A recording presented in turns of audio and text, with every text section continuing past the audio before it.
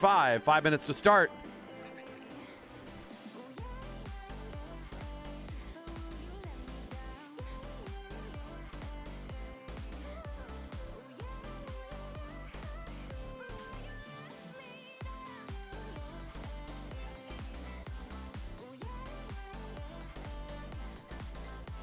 Good afternoon out there, friends on the live stream. If you're rewatching or you're here with us live, welcome and thank you for joining us today. It's the Saturday of our kickoff event, our second session. Weather looks better than last night if you're here with us on a Friday night. Yes, we had a rain cancellation. After a couple of delays, we were able to get in an exciting Marymoor Mile record break for Wyatt Paul and many of our athletes. And the other highlight, of course, the Kitty Kilo. So please enjoy today's production. We have a few minutes before we start. We're going right into our rider meeting, and then we'll be back into the racing. Rider meeting on the infield. Rider meeting on the infield, please. All athletes gather for a brief meeting on the infield.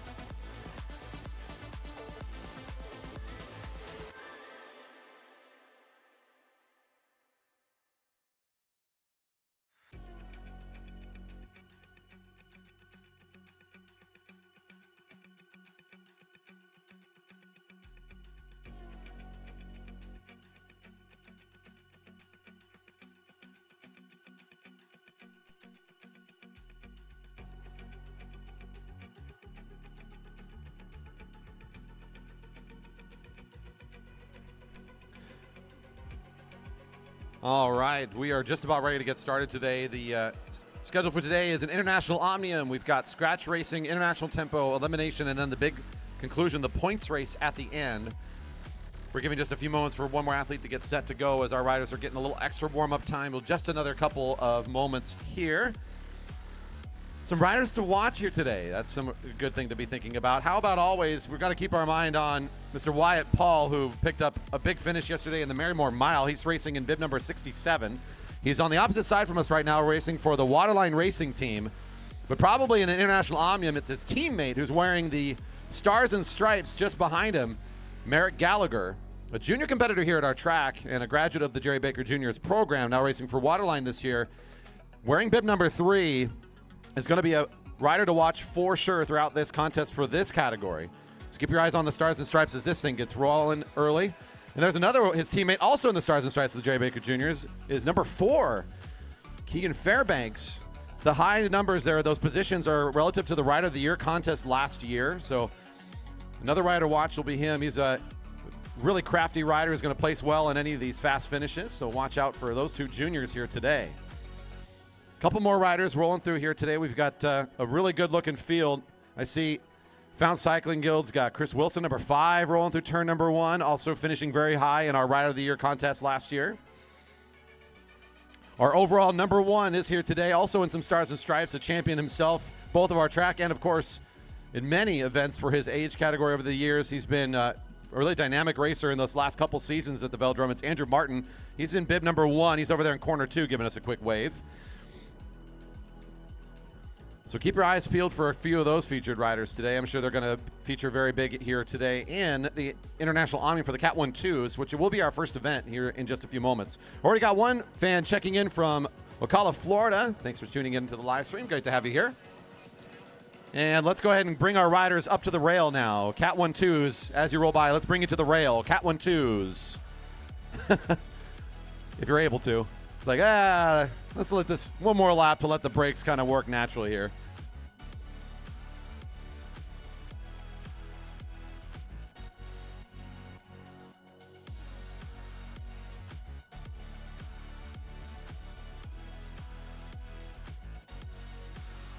First to the rail up here, Elliot Crowther, number 30, wearing the pretty blue jersey up at the front, followed by Serge Malikian coming up right behind him.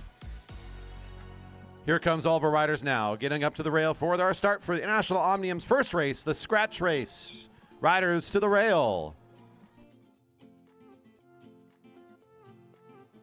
A new place, a new home, for a while, let me feel alive.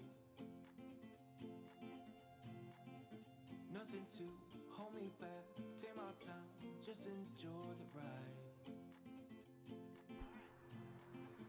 A new man passing by, life is good, best I've ever felt.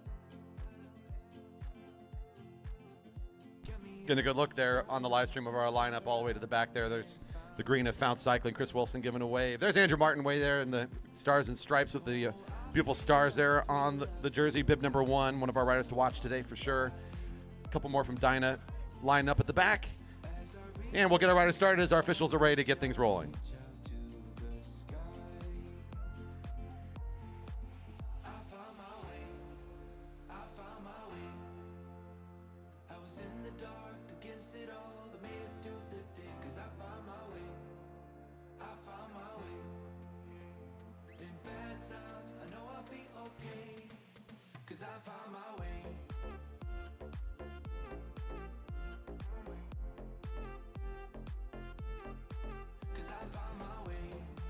Riders into the neutral. Racing will start out of turn 4. One of our officials will meet them over there, and you'll hear a whistle.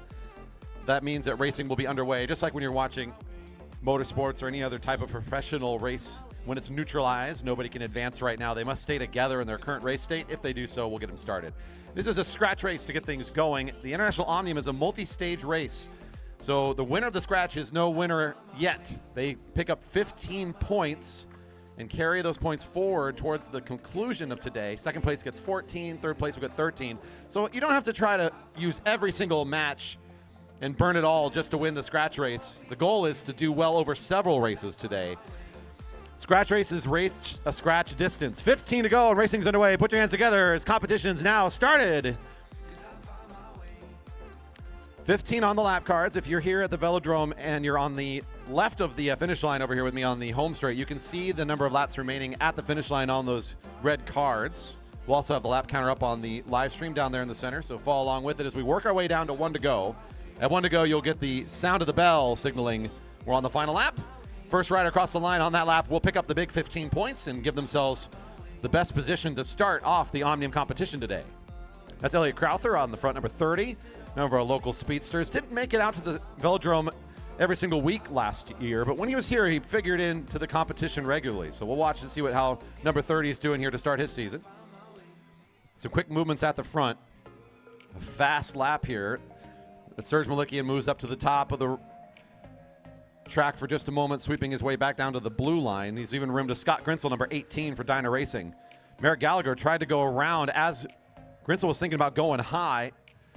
So a little bit of bump and riding there for the riders at the front. The Stars and Stripes kind of moving up and down a little bit. Now it's going to be Gallagher at the front with his teammate, former teammate of the Jerry Baker Juniors, I should say, right behind him. That's going to be Fairbanks getting into position. 12 to go. Bit of an attack here from number 3. Not much distance between the trailing field right now. That's number 1 driving the train on the front. They are all engaged, ready to catch as Andrew Martin puts in a pretty quick acceleration, tries to keep this thing close enough. As soon as he is within striking distance, though, he pulls up. The rest of the field not really willing to try to complete this catch entirely. So we'll watch Merrick Gallagher start to crawl away from the group. With 11 to go, Gallagher will be away. The field, what's going to come next? It's going to be Wyatt Paul, number 67, out of the field. Doing a bit of an effort here. He'll be the first to bridge up. Back here also out of turn 1, we've got number 4. That's going to be Fairbanks coming out of the group. He brings with him Martin, who he knows he's got to watch this kid. He's got good race sense, so he's going to try to follow that wheel. And that's also, I believe, Tyson Danielson, another rider for the Waterline Racing team, coming out of the group trying to hold on to this chase. They're about 150 meters back from the leader. You can see Wyatt Paul in the home straight's got a ways to go as well. Here comes your chase of 3 off the front of the field with 10 to go. Bit of a gap opening up to the rest of the field here. Carl Hafer, number 15, the next closest rider in this field. Trying to keep it close now is Elliot Crowther doing a bit of work. That's Nolan Adams right behind him for Dyna Racing. Also in position here to try to maybe help up next. We'll see. Crowther about to pull up in the corner.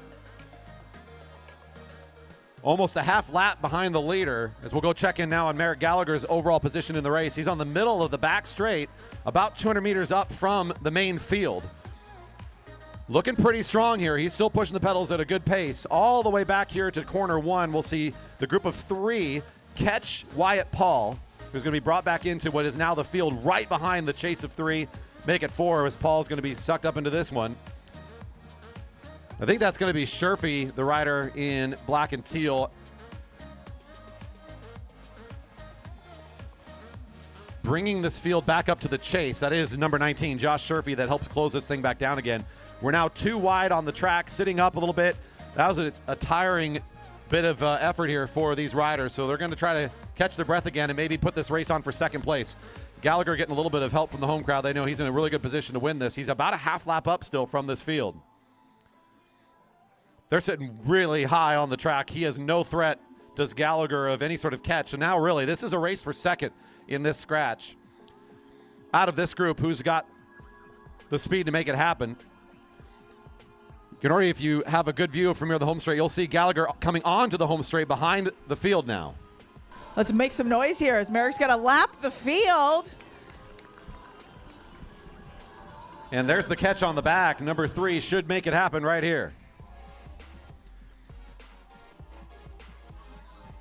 Junior Nationals competitor. He's been training for Worlds and time trial pursuit. It's kind of his specialty after last season, and you can see the kind of endurance and power he has coming into the beginning of 2026, and why I said he's going to be one to watch this season is number 3. Looking very good here early on, the 18-year-old. 5 to go for the scratch. +1 to number 3. The rest of the riders are on this lap altogether here. Crowther moves out of the field. I heard a little bit of chatter over there from turn 2 as they recognize the move. This is an aggressive move here from number 30. Recognizing the field has just been a little bit too stagnant for too long. Tyson Danielson is the other rider to join in. The field's responding quickly. That looks to be Fairbanks with that bright red helmet on. Keegan responds quickly. The field's right with him. 4 to go. Into the final mile of this one. First rider across the line picks up 15 points. Remember, they do not pick up any gold medal. No victory to be had from winning the scratch. It's all about earning the points that'll work you towards the finale, which is a points race at the end of the Omnium. A multi-stage event this one is. And there goes, it looks like, is that Gallagher again? I believe it is, out of the group, with Sherfy falling behind. So Gallagher up a lap, decides to still jump underneath the field. He's back on his effort here again. Sherfy's trying to benefit on the back wheel with 3 to go. They're getting pretty close to the lead too. It's still Crowther and Danielson off the front. Here goes number 1 out of the field now. Andrew Martin also trying to catch back up to the rest of these riders. That's going to be a pretty big effort for number 1 to catch up quickly as he tries to put it together, this very fast bridging effort. Lead 2 still of Crowther and Danielson. Here comes Gallagher around onto the home straight. Sherfy and the catch. Martin's trying to get this thing back together with 2 to go. You can see number 3 actually sits up, seeing that 1 is caught. He's going to try to get a little bit more work together from this group now of 3. In fact, Gallagher kind of backing off the pace. He has already gotten his lap. He doesn't have to rest all or get all of his effort out here on this one race. The race for second, though, still looking pretty good here, as it will be Gallagher in first for the scratch. He's just going to back off the effort. The bell's ringing. Let's watch this one, folks. We've got 2 out the front. Danielson, put your hands together. 1 to go. 1 to go. Danielson and Crowther on the front. The field, let's see what the response is here. Number 1 is up and out of the saddle. He's starting to drive the paces. Martin's trying to hold on from the front of this group sprint. Down the back straight, Nolan Adams in a good position, as is Fairbanks. Both of them are losing ground to Martin. Back up to the sprint to the lead. Watching Crowther come around the turn. The rider in teal positions himself nicely. He'll end up second today in the scratch for 14 points. Danielson, for all the effort he does off in front, will end up in third. And out of the bunch sprint, it'll be number 1, Andrew Martin.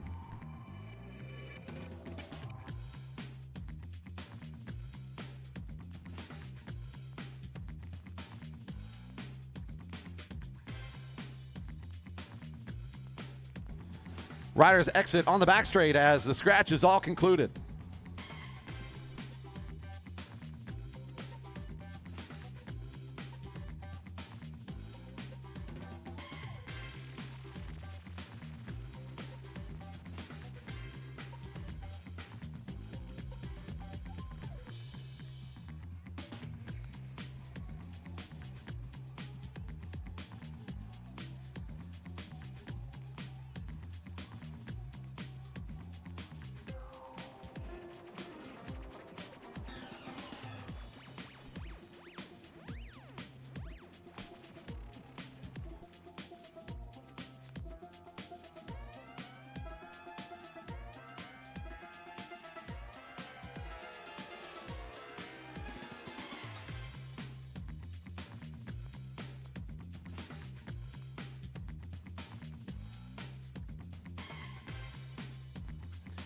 Rise away into the neutral. This is our open women category for the scratch race. Their first step in the International Omnium. 12 laps will be the total distance. You should be pretty familiar by now after that last race, the general idea of the scratch and the purpose. This is all about getting points for that International Omnium. All of our fields are competing in a similar event.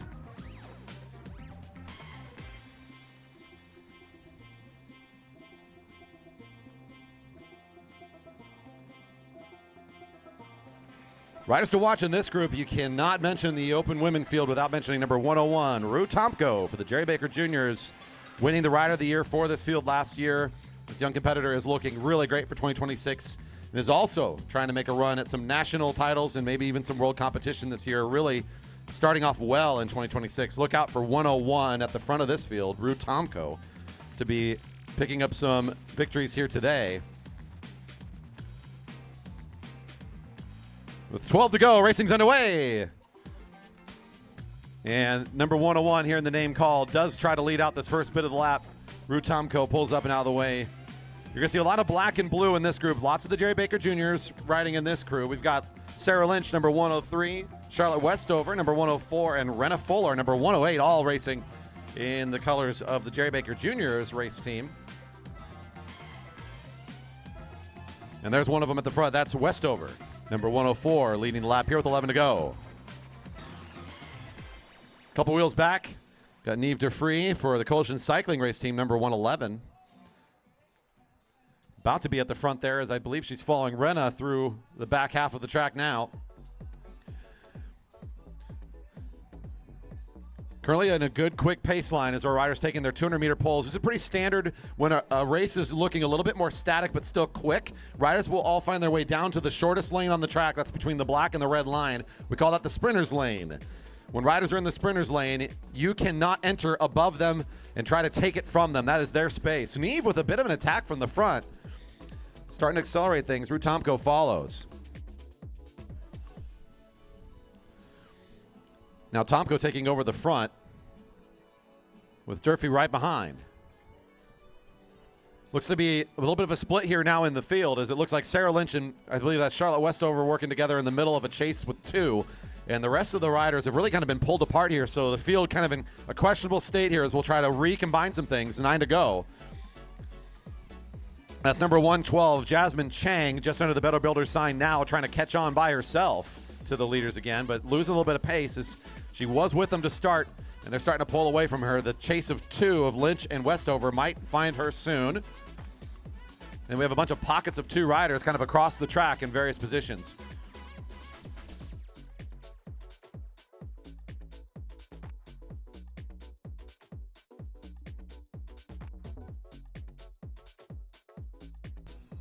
With 8 to go, leaders looking very smooth here. DeFree, the rider in the teal and purple, started this attack off, and Tomko said, if we're going to go fast, I can do that too.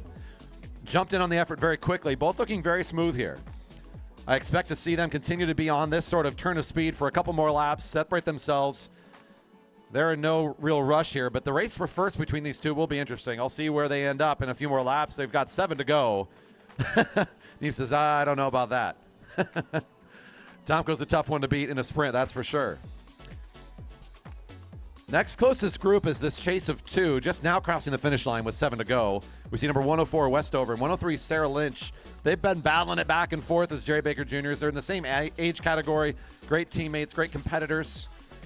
They're not going to be able to find the turn of speed to catch to the leaders here today, but they're going to race against each other, which will end up being a race likely for 3rd and 4th in the scratch after a few more laps of competition here.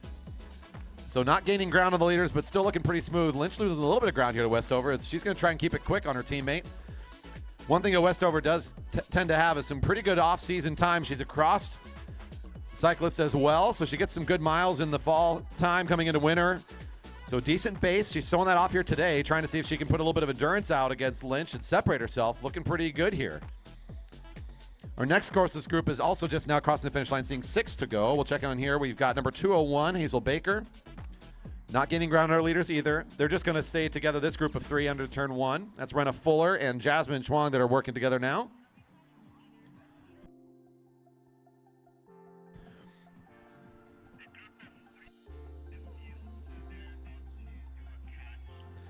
In fact, if you look on this back straight now, just to back about 70 meters or so, we've got the leaders in pursuit, likely to catch the field. We're calling that group of 3 in the middle of turns 3 and 4 the field. So it's possible that they catch. Maybe they don't want to. I'm not sure how motivated they are to make the catch happen, but they definitely have time to do it. The leaders are seeing 4 to go. Our group of 3 should have seen 5, but they might be caught soon.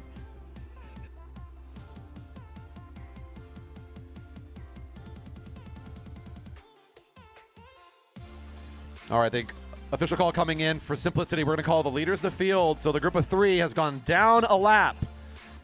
Group of 3 now caught down the lap. So the leaders will be considered the field for simplicity. The front of the race is our field. And you saw that group of 3 that getting past. That's our front group right here of 2. Now seeing 3 to go. Tomko on the lead. And your 3 just now crossing the finish line again. We're calling that down the lap. They've got 3 remaining. Over into corner 4, it looks like Westover has really separated herself nicely. That's the rider in orange, catching up to a couple riders who are off the back. So she's trying to stay on the same lap as the leaders, all by herself here. 3 to go. Great riding here from Westover, having to put in a bit of a solo effort. Digging deep. The junior doing a nice job here. Speaking of digging deep, Sarah Lynch also having to work hard here, losing the teammates all on her own just to try to stave off the chase from the leaders who are getting awfully close with 2 to go. She'll sit up, knowing that she's about to get caught from the leaders. 2 to go for Lynch as she'll fall in behind them.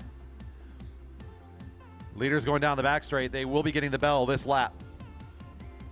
Coming on the home straight, there's Westover trying to stay away from the other 2 riders behind her and trying to stay away from the leaders of Tomko and Durfree. I think she will. She sees 2 to go.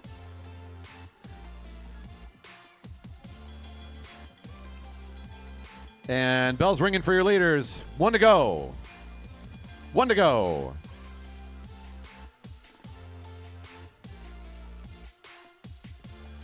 Tomko on the lead of the lap, Durfree right behind. The riders that were not caught yet before the bell rang will still have to get the bell again, so they will not be scored on this lap. Couple getting past here down the back straight. It looks like going through turn 3 is Tomko with the big jump. This is what Neve was shaking her head earlier going like, you kidding me? I got to beat this kid in a sprint. Tomko, great acceleration out of turn 3. Will win this one. Neve, second across the line. Westover still on the way to finish this race, which should be overall in 3rd place, the rider with the orange bike, I believe, as she managed to stay away from the leaders, did not get lapped at any point, so she's still on the same lap as the leaders, which turns out to be a pretty big feat here for the young rider. What's she racing age? I believe 15? I'm checking, I don't remember. 15, 16, somewhere in there. 15, okay. Thank you, I hear you. Great race for Charlotte here. We'll end up 3rd in the scratch.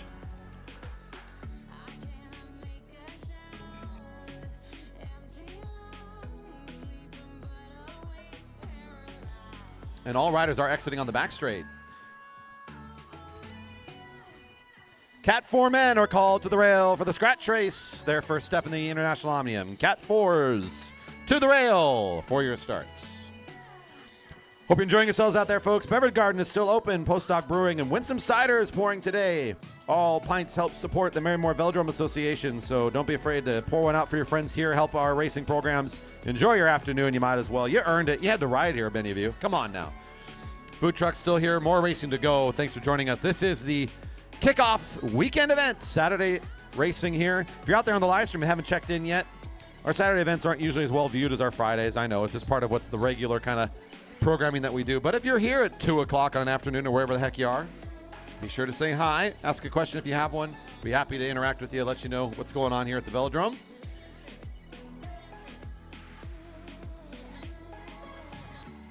Fading in, fading out. My scars are all blurry. Riders away for the neutral. Was that a moderately enthusiastic yay that I heard from the home straight? We can do better than that. Maybe when this one comes by, we can really hear the crowd that's here today. We've got a good crowd assembled, and I know it's many, fellow bike appreciators at the end of their Flying Wheels fun here today with Cascade Bicycle Club. Thanks for joining us today.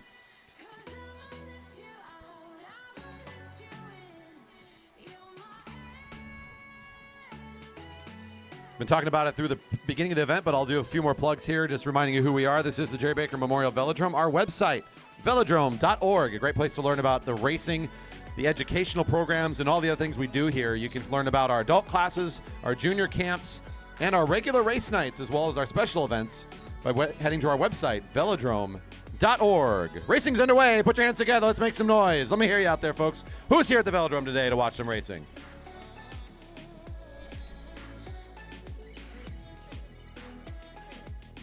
I think the problem is that many of you still have your bike gloves on. Your claps are muted. That's what it is.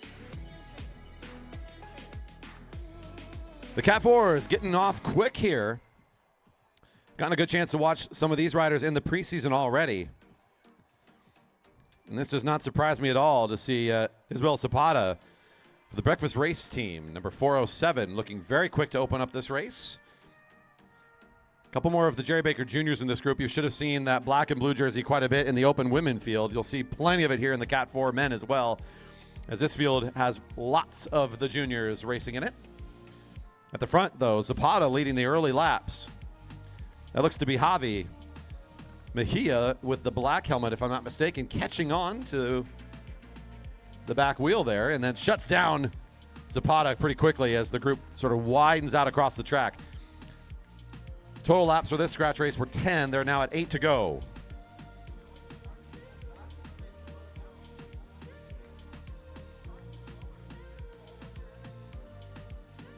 I don't mind having a little bit of speed to spread them out so it's not dangerous, but like it's like dumb fast, right? It's kind of like, yep, I agree.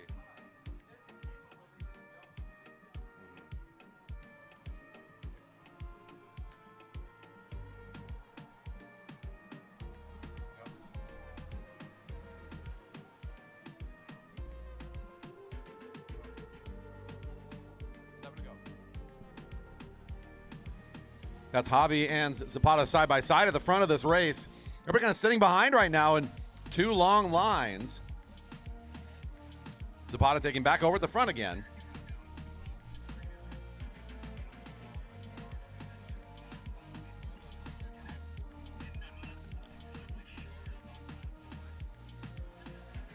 Six to go. Oliver Villanueva, number 419, was up near the front there as well. Another of the junior riders moves up and out of the way quickly. Another of the juniors to take over the front.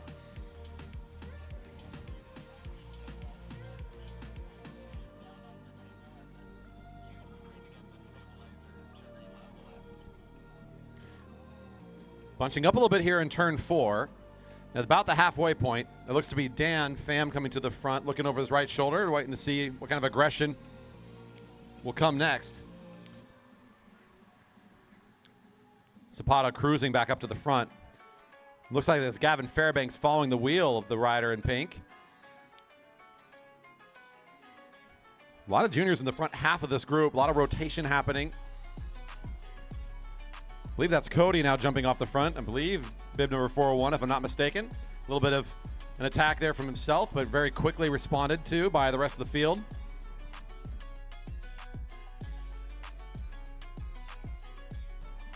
4 to go.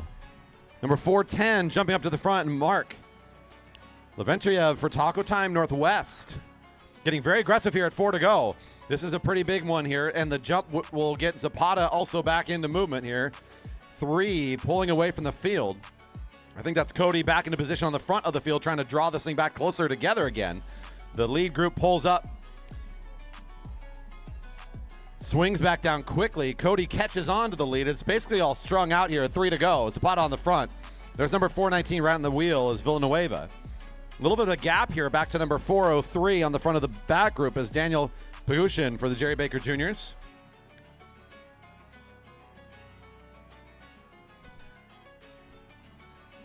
The next jump, another Jerry Baker Jr. now with the red helmet moving up. Getting up to the lead group pretty quickly here. Nice little jump in that. Was a relatively short bridge to cross, but he makes it look pretty easy. Front group sitting up a little bit here, letting this thing maybe reassemble at 2 to go. The scratch going to come to an end with a slow start here. Might be a bit of a bunch sprint upcoming. 2 to go. Zapata back to the front. Winning a lot of the Cat 4 races in this preseason. Is Zapata definitely trying to get some early success here in 2026. Looking to be positioned again. Not ready to start the sprint just yet. Pulling up out of the sprinter's lane. Dan Pham, the rider, getting caught here. There goes our rider from Taco Time again. Leventriev off the front with the bell ringing. Zapata actually moving back several positions, leaving a line of Jerry Baker Juniors in front. That's number 402. Leading out the sprint next is Javi Mejia. Leventriev on the front, Mejia in pursuit. The second line above the red line is being led by Cody. There comes Zapata following as well. Villanueva right on the position. That kid, I think, knew to watch Zapata's wheel as close as he can. Now here comes the sprint around the corner. Leventriev losing a little bit of ground to Mejia. Zapata getting into good position at the blue line. Zapata. Ooh, it'll be Zapata then. A nice effort from Villanueva. Third across the line, I believe, was Mejia down in the sprinter's lane. I think it was Fairbanks in the middle. Fourth across the line. The scratch race, one step on the road to victory when it comes to the International Omnium. This is just the first race of 4. Riders will now exit on the back straight. cool down and be prepared for their next one. We'll see them back later for the International Tempo. Coming up next, the Cat 3s now called to the rail for their scratch. Cat 3s, our final category today. To the rail.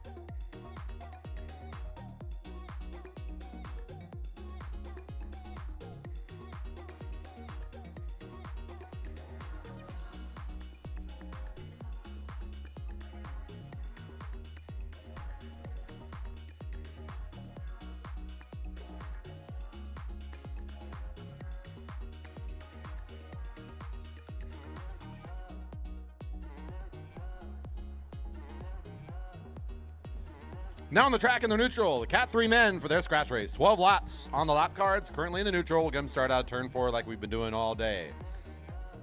Up next, we get back to the Cat 1-2s for their International Tempo. The International Omnium continues here at the Velodrome for our Saturday kickoff event.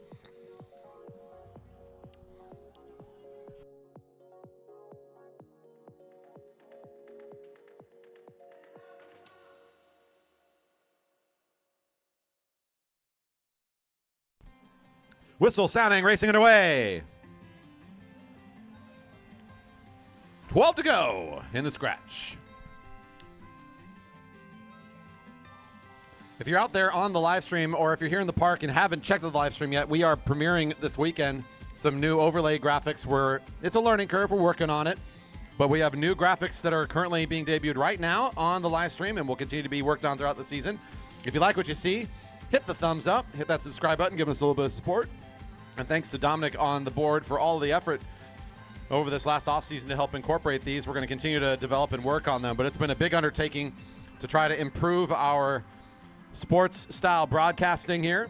Like we like to joke, we're just a bunch of guys hanging up in a shed in the middle of a park trying to make it look like a bunch of professionals do this. So hopefully it's looking pretty good. If you enjoy it, again, a thumbs up, hit that subscribe button, support us. If you're here in the park and haven't yet done so, it'd be an easy thing to do to say thank you to us. Would leave us a subscribe on the YouTube channel. You can find us JB Velodrome. If you're rewatching later, don't be afraid to leave a comment on things that you're seeing or any improvements you'd like to see to the stream. We will be bringing back GoPros shortly. Just need to work on getting our internet connection reestablished here for our own internet connection, our own Wi-Fi. So that'll be coming soon. That's a fan favorite, I know, to be able to get a GoPro view from our riders in the race. Already getting at least one compliment on the new overlays. Thank you very much. Racing is underway here in our scratch race. We're a couple laps in. Let's see who's here today to compete for the Cat 3s. Again, got a good chance to see this field and a lot of these races over the last couple weeks. Always ready to go to the front is Peter Snoblin, number 379. Seeing 9 to go. Racing for Leading Factory Racing. You'll see a couple of those riders in that jersey out there. It's a nice, unique design and a relatively new team from last season.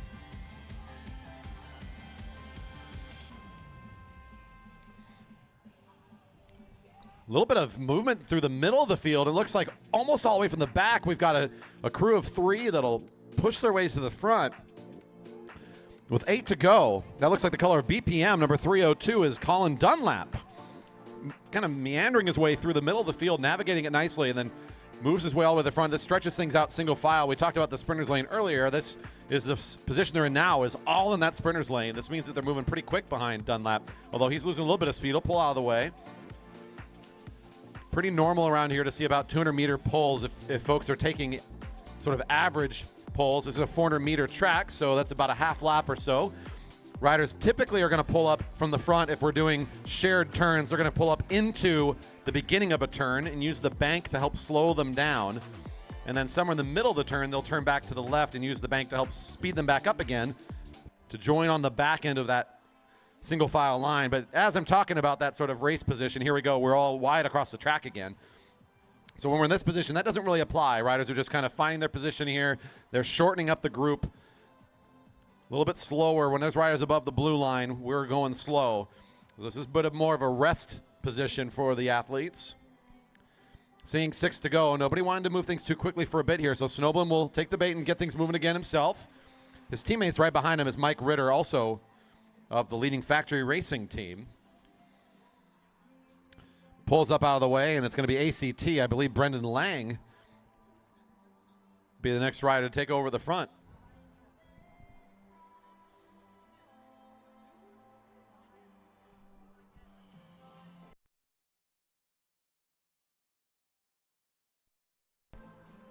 Five to go in the scratch.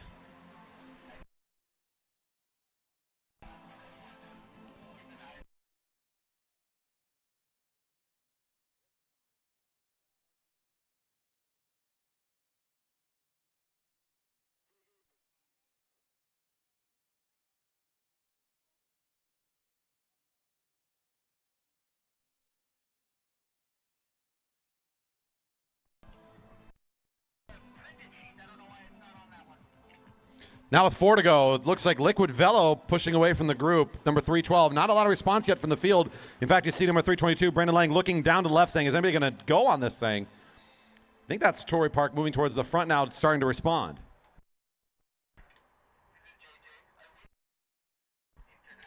I believe that's Isaiah West that made the jump off the front, which is racing in bib number 312. Racing for Liquid Velo, your lead rider all alone here. Still with 3 long laps to go. The field in position, but not quite catching just yet. They've left him about 25, maybe 30 meters of gap right now. Brendan Lang, there's Otis Hatfield, number 310, coming up to the front. Right behind his wheel is number 319, Sam Karp for Coalition Cycling. Now, Otis Hatfield is putting in a pretty big effort. West looks around and immediately disengages. Says, yeah, no, I don't need to fight this one off. Let those guys catch, get back into the speed here. Does that look to be BPM again to the front? I believe it is. That's Dunlap taking over at the front with 2 to go. Hatfield falling close behind as the sun comes out from behind the cloud cover. Very close to the end of this scratch race. Points earned in this International Omnium, again, 15 for the leader, 14 for second across the line. So getting the victory isn't worth everything in this kind of a race. You want to be smart with how much effort you're spending. So a lot of these scratches do come down to these kind of group sprints like we're seeing here from the Cat 3s. They're about to get their bell. Make some noise. 1 to go. 1 to go. 1 to go. Here comes 319. That's Cart moving into good position here to lead out this sprint. I believe we've got one rider putting up the hand saying we've got a pulled chain, so it's going to be Dunlap backing up very safely, able to exit out of that situation. Watching to the front here, though, it's going to be Karp still leading out the sprint. I believe West is right next door. Here comes the secondary punch, though, rolling through the corner. Ooh, it's going to be maybe a 3-up sprint. We got a good one lining up here. Liquid Velo on the front. One of our juniors, that's going to be Rutomko trying to get up there, but it will be 307 from the front. Holding off the charge is Luca Ostertag Hill for Liquid Velo, racing a smart race. I didn't even call his name. Never really got to the front. Just stayed in the middle of the field, played it smart, and made the right move there to set things up on the back straight. Tomko followed the wheel very well, and I believe that was Jared Elog for Apex Racing that was third across the line for that finish. That is the same Rutomko that's racing in the Open Women, by the way. Racing 2 international Omniums today. Riders coming up to the rail now. The Cat 1-2s for the International Tempo.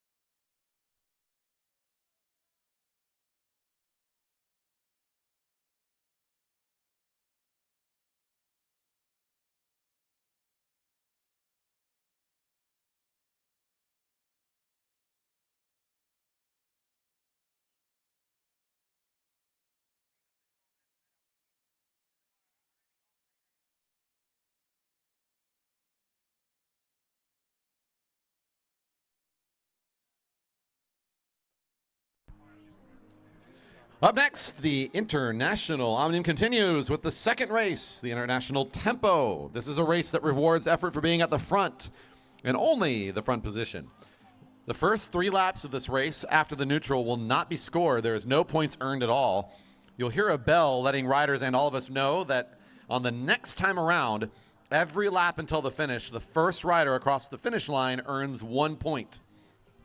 And that's it. Everybody else is out. So it's essentially a whole bunch of sprints for first. It pays to be at the front of the field. You've got to position yourself well. This is a race that can do really well for an endurance rider that can get away for a few laps. Or you can play it really smart and try to just time your sprints really well within the group. A lot of different ways to approach the tempo, but however you look at it, it's a pretty grueling race to pick up points in. We'll see how this one plays. I wouldn't be surprised to see Gallagher, once it's time to start scoring, do kind of what he did with the scratch and just try to ride away and pick up a big bunch of them. So I'm assuming I'm not the only one here with the race sense to watch number 3 in this one. I got to imagine that field is also going to be trying to see when his timing will be. You saw what he did in the scratch when he lapped this whole field. This is before the scoring, so right now this is just posturing and setting things up. It doesn't mean they can't go. They're absolutely allowed to go on the attack here.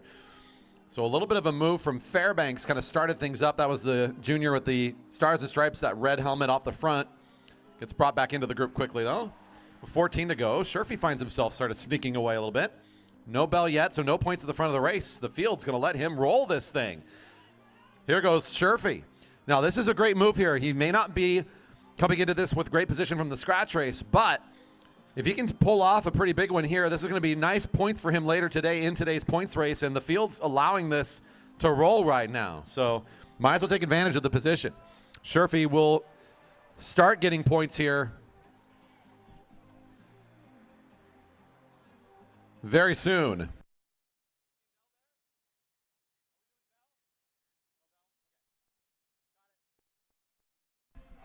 Next closest rider behind our leader is the rider in pink for Dyna Racing. That's Scott Grinsel. And look all the way back here in turn 2. The field's just now starting to get things rolling. That's going to be Fairbanks.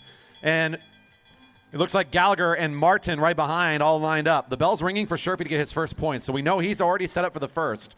The next closest rider, Grinsel, in great position as well. But the field's going to have to try to bring back this lead of Sherfy if they want to get any points anytime soon. If they do not, let's just be theoretical here. Let's say Sherfy just rolls with this whole race. Be a tough thing to do. If he does, tiebreakers are scored on the final lap. So it's basically a scratch race for the rest of this field. If they just let Sherfy roll away with it, it becomes a scratch at 1 to go. If someone can get some more points, though, that'll help sort of sort this thing out. Sherfy, get a little bit of help from the home crowd. He is about 200 meters up, and the field's sitting above the blue line. We're looking at them posturing like this is just going to become a second scratch race almost here. Let's see who makes the first move. It looks to be, is that Gallagher? I believe it is, with 11 to go. Number 3 will get his jump started. We expected this from this kind of effort from Gallagher when this race started. Next closest rider is Fairbanks. Wyatt Paul also trying to respond a little bit, but they're going to let this sort of develop pretty quickly here. They're not letting really anything happen. Gallagher's taking this from the field. He is taking this position now. So the chase is getting more interesting here. Gallagher working his way up towards Grinsel with 10 to go. Your leader on the race is still Sherfy, having picked up the first couple of points. But you can even see it as we now check in on the back straight. You're going to see Grinsel get caught very quickly by Gallagher. He's going to go zooming down the back straight, and he's about to find Sherfy as well. Working his way up towards the leader. Sherfy really wants to see if he can find one more point here before he's caught, though. Onto the home straight comes Josh. Sherfy trying to get one more out of it. Should be just fine. He'll pull up, giving Gallagher the lane if he wants it. Gallagher will go back underneath as Sherfy picks up his third, I believe, point, and that will just about do it for his points collecting right now.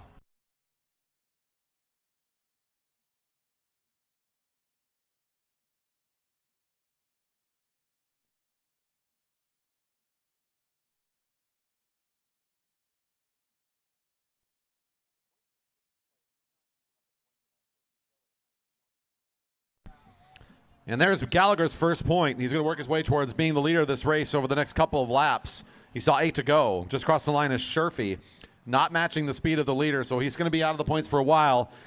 There's Grinsel in corner 1, and there's the rest of our field, about 200 behind Gallagher. That's Serge Malikian pulling out of the way for the rest of this chasing group of riders that will be our field down the back straight. Carl Hafer in the group as Merrick gets point number 3, I believe.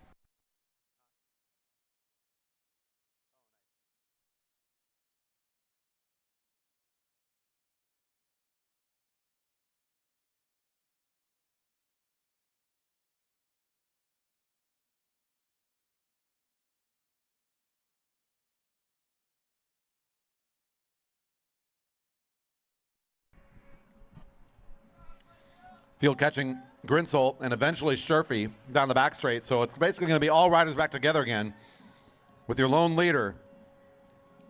Gallagher about 200 meters down track from this group and gaining ground. He's probably closer to 250 now, if not even a bit more. He's on his way.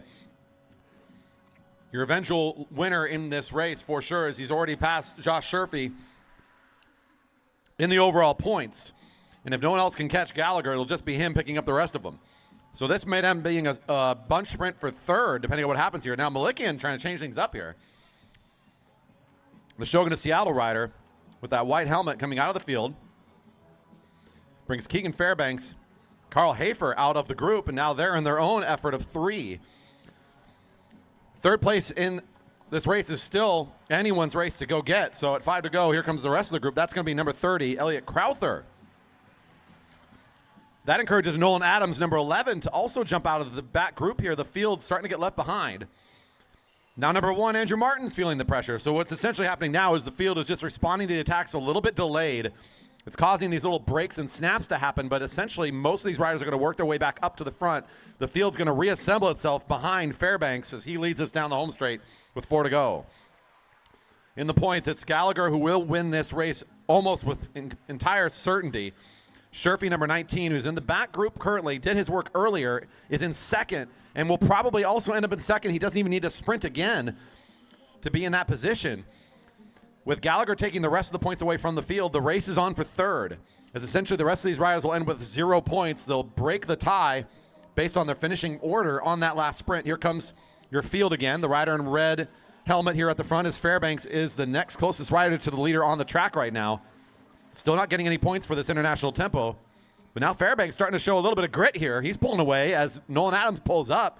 The rest of this chase has kind of dissolved. Fairbanks digging in deep to try to put himself in a great position for third overall here today in this race. Gallagher picking up his umpteenth point over here on the home straight. Onto the home straight is also now Fairbanks. Everybody's still on the same lap with this leader. They're just trailing with 2 to go. Fairbanks setting up for a third place finish here.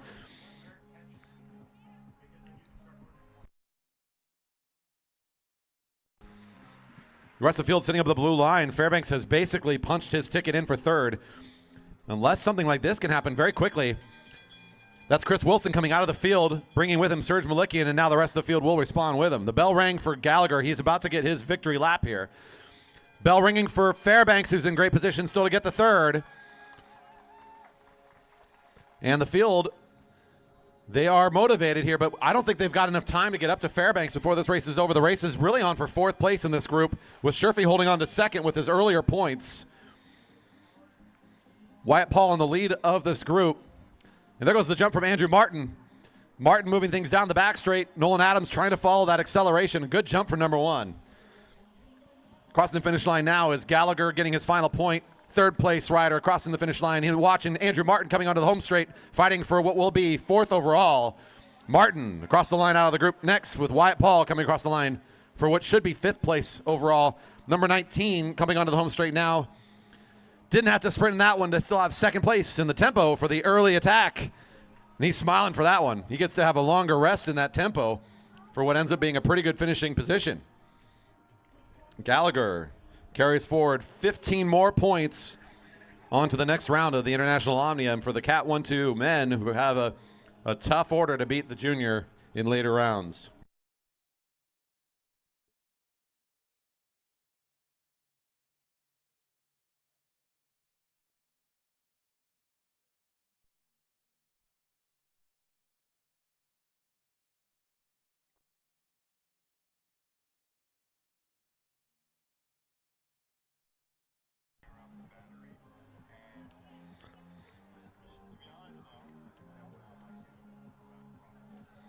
And track looks clear. We're inviting our next group up. This is the Open Women. Back to the rail for event number 2, the International Tempo. Riders to the rail for the Open Women International Tempo.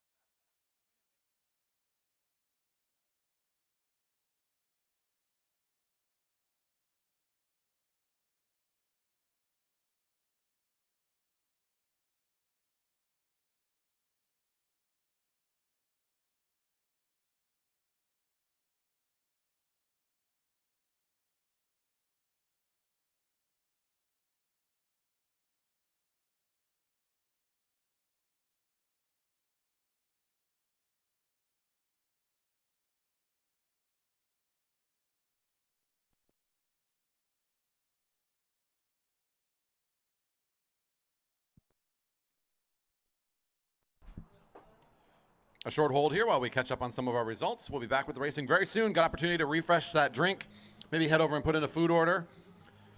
Take a little stroll around our beautiful park here, Marymoor Park. Get another view of the velodrome from another location. We'll be starting momentarily as we just catch up on a bit of results.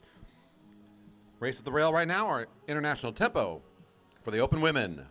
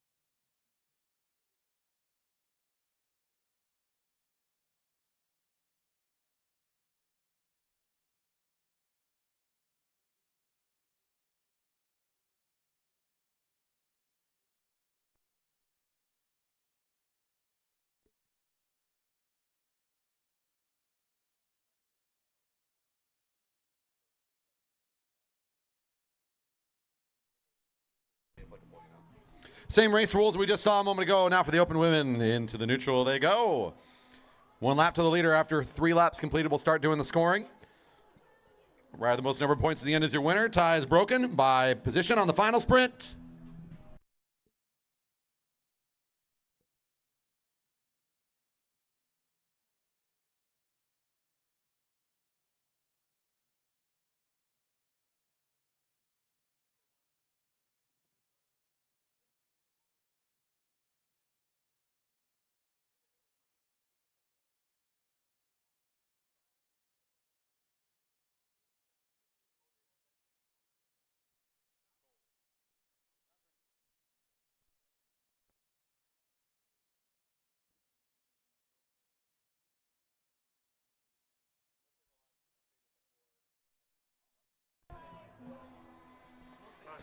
Whistle sounded, racing's underway. International tempo. 12 laps total. A few laps here at the beginning to start things off. Leading the tempo will be your winner from the scratch race, Ruth Tomko, number 101. In second was Neve DeFree, coming into this race with 14 points in the Omnium standings. See how these two and the rest of these riders choose to approach the international tempo.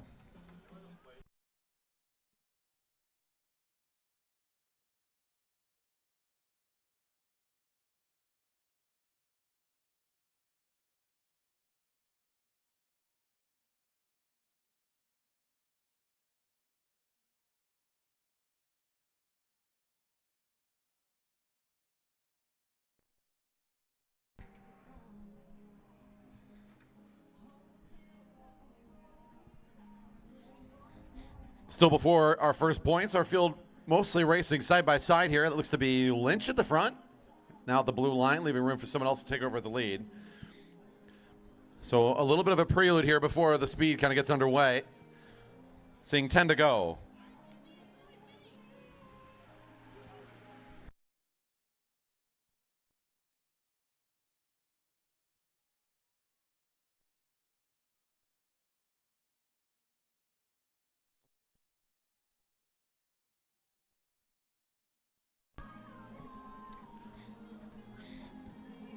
Sitting still a little bit here at the back half of the track, and that's exactly when Renna Fuller is going to try to take over the front before this first point is grabbed.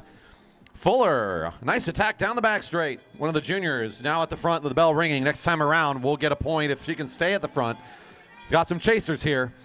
You'll notice the little stars and stripes adorned on the Jerry Baker juniors. That's because they are junior champions of an event, one event or more, depending on many of these kids have won many championships over their career. So they get to add a little stars and stripes in there. So we got champions all over the track here today, especially in this category with so many competitors from last year's junior nationals. But it'll be Neve Dufree this time, it looks like, to pick up the first point. Neve to the front, number 111, with Tomko right on the wheel. Two names we're going to call it a lot in this category, as I started talking about during that scratch.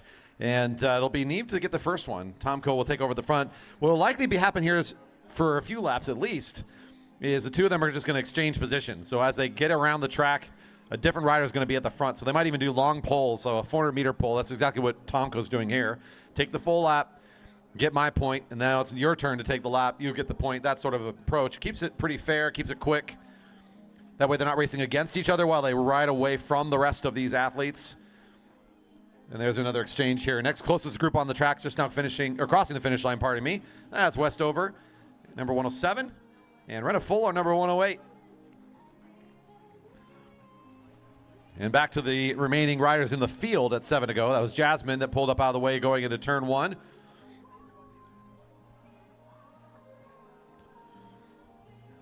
Not going to be making much progress to the leaders. Going to look a little bit like that scratch race as we got two riders that are a little bit different speed right now compared to the rest of the field. They just crossed the finish line, seeing 6 to go.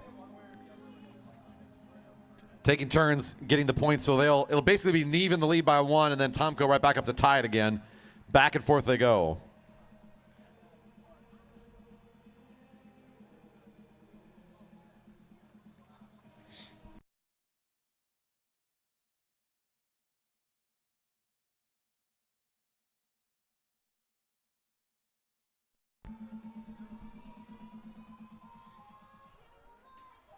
Five to go to your leaders.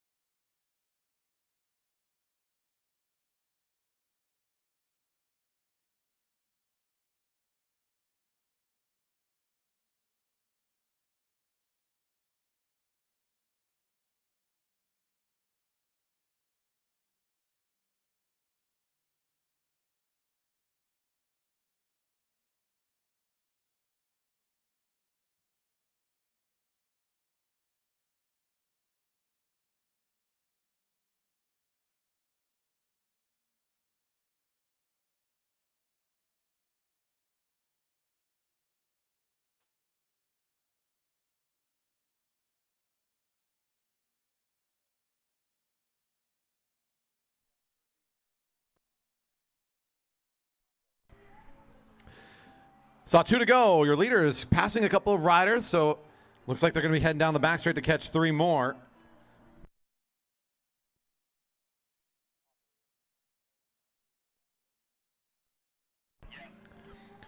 So riders, as they're caught, being scored down the lap, as the front will once again be called the field for simplicity of scoring purposes. Your leaders rounding out to the home straight.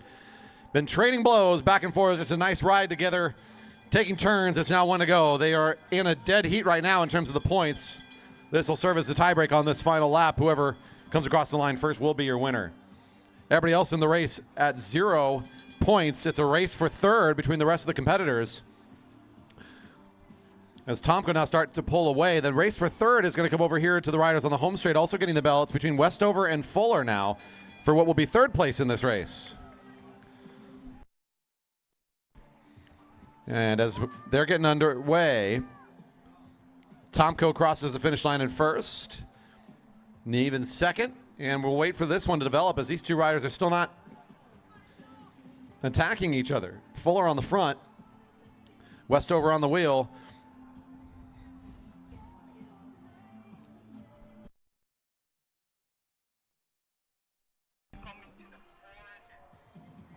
Here comes the move now. Westover's trying to take advantage here. Fuller gets up and out of the saddle. A good fight for third. Fuller's got the shorter lane, and she'll find it. Renna Fuller, third overall in the international tempo. Westover will find fourth place. Riders exit on the back straight.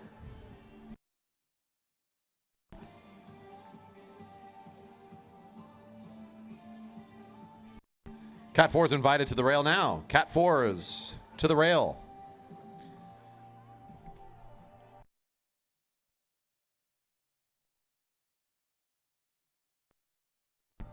Cat 4 is to the rail for the international tempo.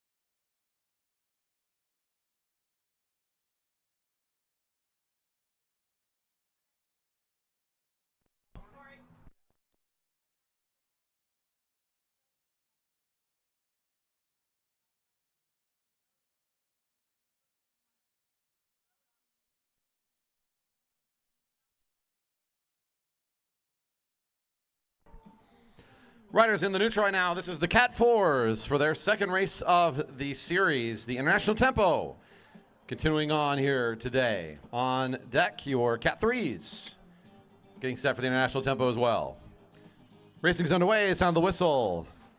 10 total laps. First several laps, no points awarded. So just getting things rolling here. There goes Gavin Fairbanks on the first lap, number 444. If you're enjoying what you're seeing here today, we race every single weekend in the summer months. Friday night racing is the big show for us here. Sometimes we race on Saturdays for special events like the one you see here today. You can check our entire calendar of all events on our website, velodrome.org/calendar. If you enjoyed today, we invite you to come back next Friday for more racing, 7 p.m. start time, beverage garden, food truck, and of course, great athletes here racing for the great sport that is track cycling. Right now, we're getting things set up to go. So in the next couple of laps, our riders are mostly in sort of a game of positioning here and a little bit of holding on to their real acceleration when it's time to get the points. And we saw that a big instigator in this race for the scratch coming towards the front was Zapata. We also saw the junior Villanueva with the white helmet. He's near the front there, number 419 with the black and blue kid of the Jerry Baker Juniors, was also in a lot of good positions in that race. Going to be interesting to see if that junior can find some good points here today.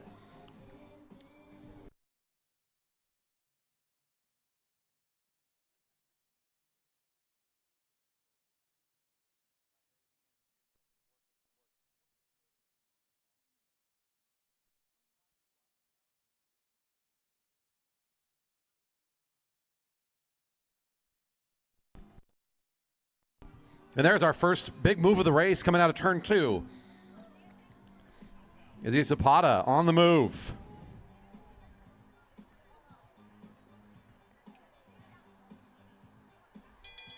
Bell's ringing for points next time around, so Zapata in good position here at the front. Has to go for another 400 meters to get the first point of the race. Cody right behind, the rider in that black helmet for the Jerry Baker Juniors, catching on quickly here. Believe that's Villanueva. Number 419 should be the rider in third wheel spot.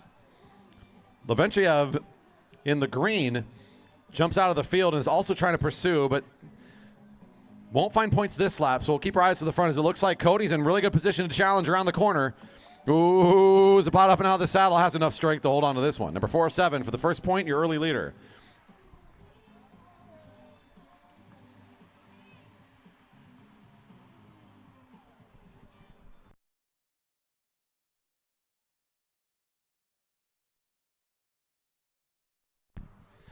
Who's going to be at point number 2? It's Zapata and Chang still at the front here.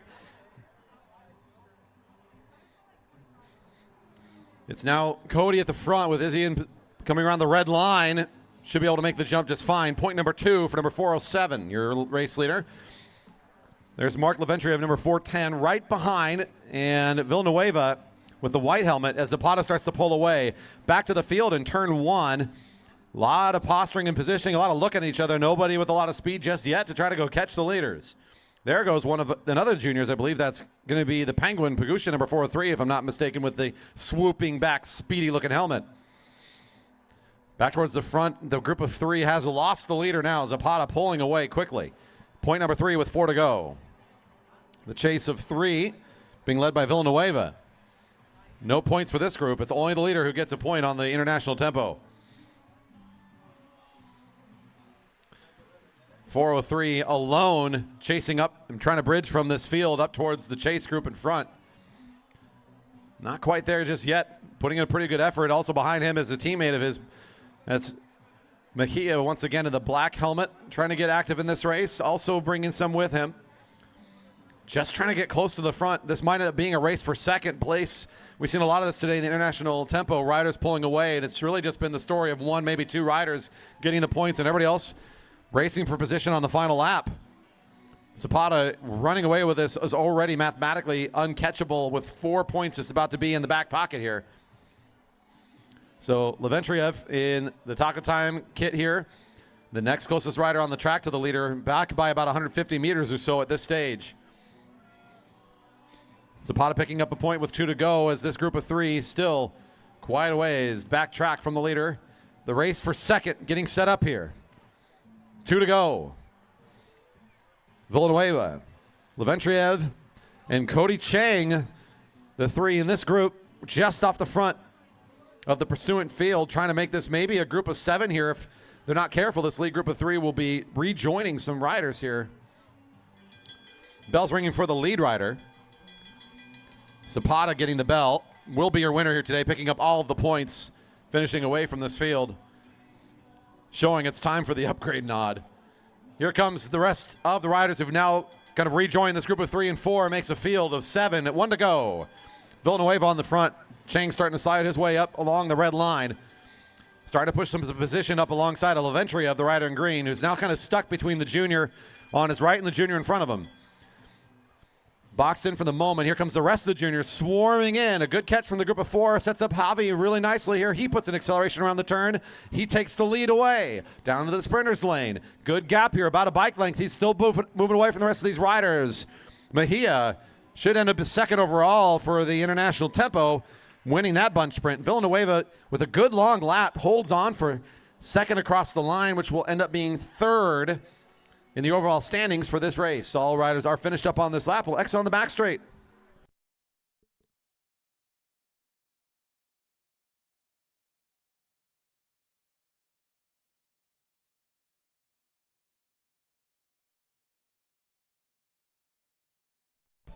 It's good to see our Australian fans tuning in again. We've got a few Aussies in the last few weeks that have been subscribed to the live stream and that'll tune in and watch us. If you're watching internationally, we love to hear from you. I saw that our Aussie fans tuned in yesterday after the rain cancellation and kind of missed out on the live action. Good you're here now and enjoying the racing with us. We're in the middle of this International Omnium event today. All of our fields are either completed or just about to start their international tempo. This is our last one of the second races for the International Omnium. Cat 3s now coming to the rail for their start in the international tempo.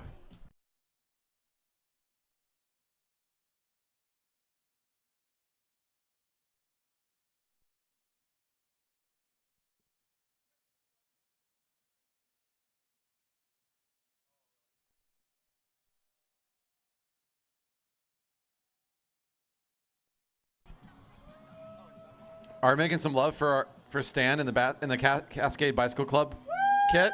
I think we are. I heard that he rode 50 miles just to get here and then jumped right out and started racing.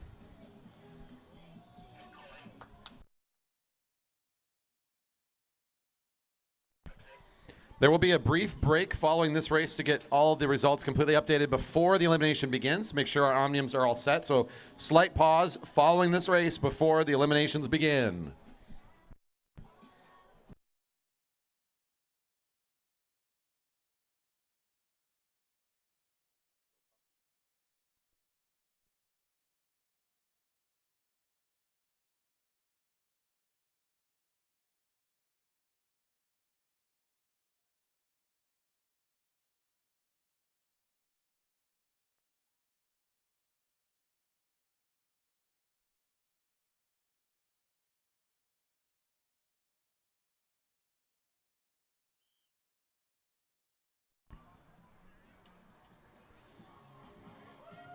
Rise away. And the Cascade Bicycle Club is cheering on number 316 today, by the way. There you go. That's the bib you're looking for. Stan Douglas out there.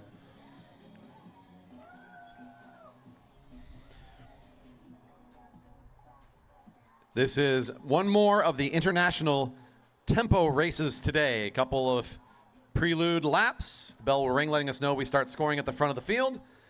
1 lap to the leader, or 1 point to the leader, pardon me. All the way till the end. After this short break, and we'll be back into racing with the elimination race format, a really fun one to watch before we get to the conclusion, the big points race at the end of this program. Just about halfway through today's racing, our riders about to get their start from the officials as it looks all together in turn 4. Your last international tempo now underway. 12 laps of racing for the Cat 3 men. If you're out there enjoying the stream, I think you may have noticed some changes in our overlays. We're continuing to work on that on the back end. It's a lot of new cool back end updates that we're trying to do here this year. So little updates here and there. The GoPros are going to make their way back. I know that's a fan favorite for many out there, that we try to get some on-bike camera views through the racing. But the overlays are an ongoing process this year, and thanks in large part to the always very generous community we have out there to support the fact we even have a live stream team. That's going to be something you're going to see during this season get better and better. Thanks to our team for helping put that together. And if you're appreciating the efforts to bring great broadcasting to you from us here, leave a thumbs up on this video and hit that subscribe button in support of our channel. We really appreciate you visiting us here today. If you're rewatching or you're with us live. Speaking of live, let's get back to the race. That's Mike Ritter getting a big one ready here for us. His leading Factoring Racing sends one out to the front, with Ritter waiting to get some points here today, and the field is really going to let him pull away. Go back to their position. They're well above the blue line. He's looking smooth, and the field is looking like they're still resting.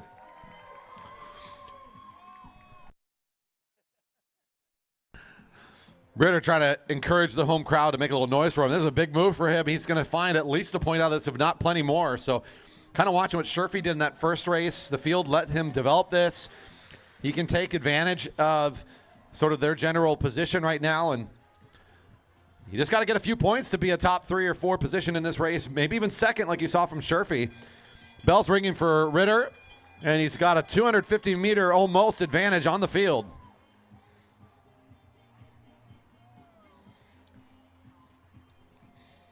The field wide across the track, and we go back and take a look at what Ritter's doing now. You can see he's kind of pulled off the accelerators. He's going to put out the brakes a little bit. He's coasting his way towards a few more points. And where he is right now, he doesn't have to work too hard. The field's not working hard either. So he's going to be good for a while here. Back to the field as the bell's ringing. Here comes Snoblin now, making his jump. Just out of turn 4, they will get the speed going. So They hear the bell. Snowblin taking over the front. Things getting lined up now. None of these riders will be eligible for points. Ritter shrugs his way across the finish line for his first. And now your leader of the race. Looks like any given Sunday kind of a ride for him. He's just hanging out there now as he put himself in the position he needs to be. With 8 to go, the field does not score anything here. Harrison Devine says, take the lap.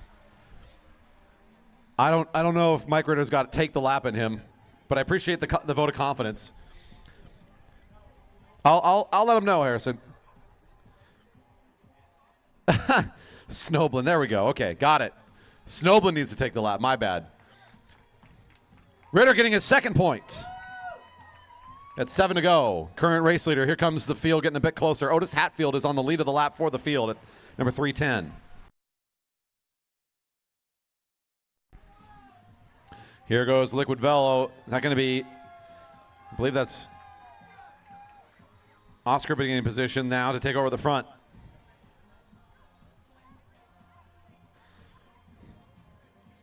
Race leader Mike Ritter pulls up, lets the field go underneath him. New rider to the front with 6 to go. Looking back over his shoulder is number 307 for his first point. That is Luca Ostertag Hill. Now in second with 1. Otis Hatfield right on his wheel. And it looks like a Liquid Velo teammate coming up alongside. I believe that's going to be Isaiah West now coming to the front, 312. Stan Douglas getting some love along the home straight. Wearing the colors of Cascade. Ooh, jump from the field is Dunlap, number 302. Back from the pulled chain from last race. Just had to go into the infield and fix things up a little bit. The rider in purple takes the point there. He's in a tie for second now with 1 point as well.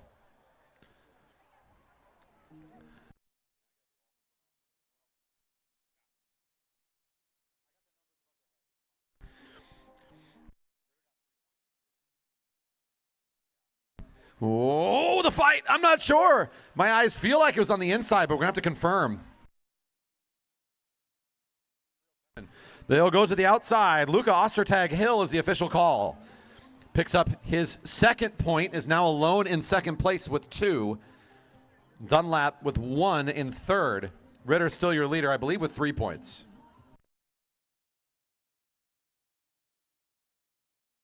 Miscalled on that as well. Ritter does have 2 points, so we might have a change of the lead here pretty soon. Rider down in corner 1. Rider down, ride high, ride high.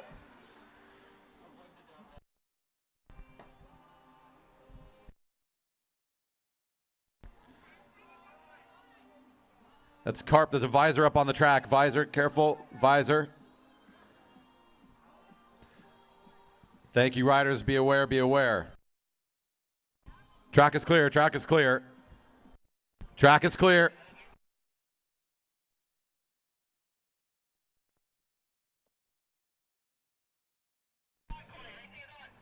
Two to go. First cross the line is 312 down the sprinter's lane. Isaiah West, I believe. Carp received the point on the lap that he crashed. That was number 319, who is down and getting checked out right now. Track is clear and racing is still ongoing. Couple riders with 2 points each is Ritter and Ostertag Hill. Now here comes Dunlap back out of the field trying to get his second point and tie the leaders at 1 to go. But Rue Tomko's got a different idea. Tomko jumps to the front, number 101, for their first point, and likely will get another point here, and because of the timing, we'll end up getting 2 points, but also will be a tiebreaker for this one. So good move from Tomko, well timed. Should end up giving them the win in the international tempo, taking advantage a little bit of the chaos here, to be fair, but still a very smart move, heads-up move from Tomko. Only needed 2 to grab the win today. Tomko for another point, and the tiebreak goes to number 320 with all the riders with 0. That was Calder Hardigan next across the line. So out of the 5 that had points, I believe that'll put Hardigan into 6th, if my call is not mistaken.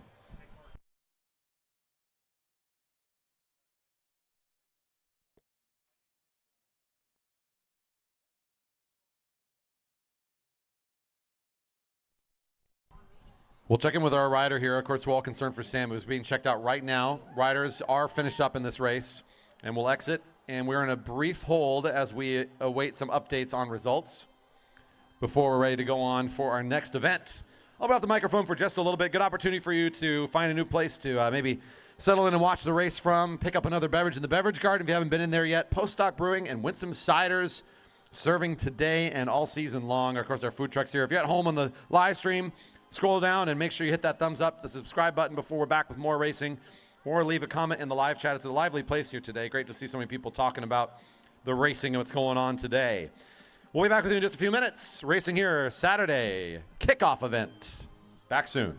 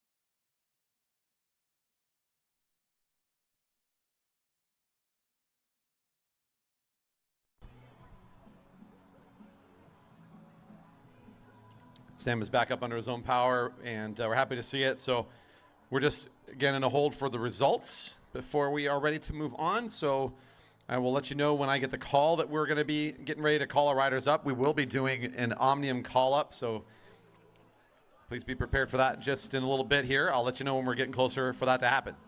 Once again, still in a temporary break, short break here for results. Get caught up. Up next, we've got the elimination for the Cat 1-2 men. Continuing on with the Omnium.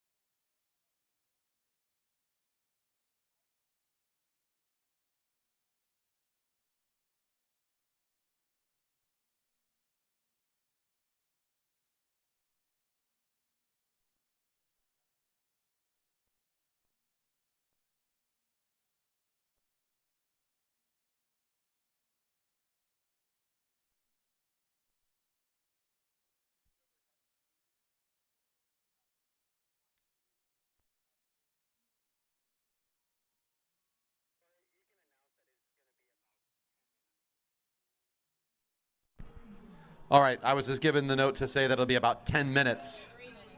3? Oh, that's a big difference. 3 minutes. 3 minutes until we'll be ready, roughly. There's your update.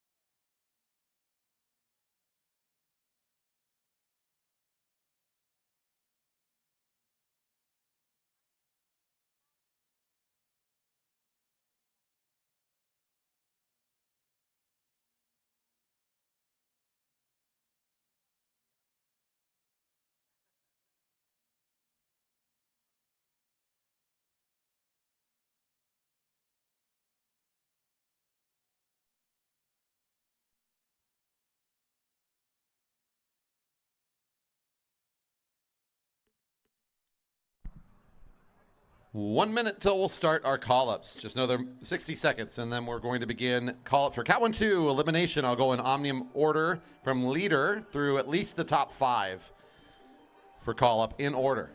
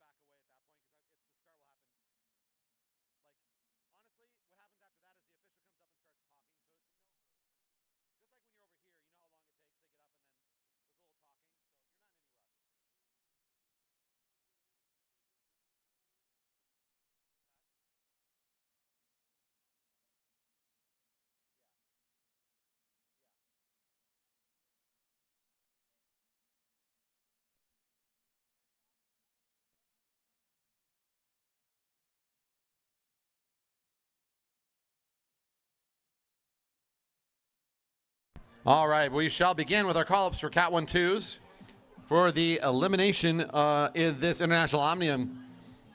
For the third stage, your current leader with 30 points for Waterline Racing, number 3, Merrick Gallagher. Currently in second with 24 points for Coalition of Cycling, number 19, Josh Sherfy. Also in a tie for second for 10-Speed Hero with 24 points, number 1, Andrew Martin. In fourth place, number 30 with 23 points, Elliot Crowther. And in fifth, For the Jerry Baker Juniors with 22 points, number 4, Keegan Fairbanks. And for Waterline Racing, number 10 with 22 points, Tyson Danielson. Nolan Adams with 21, Wyatt Paul with 18, Chris Wilson 16, Carl Hafer 15, Serge Malikian 15, Scott Grinsell 12. All riders should come up to the rail for their start.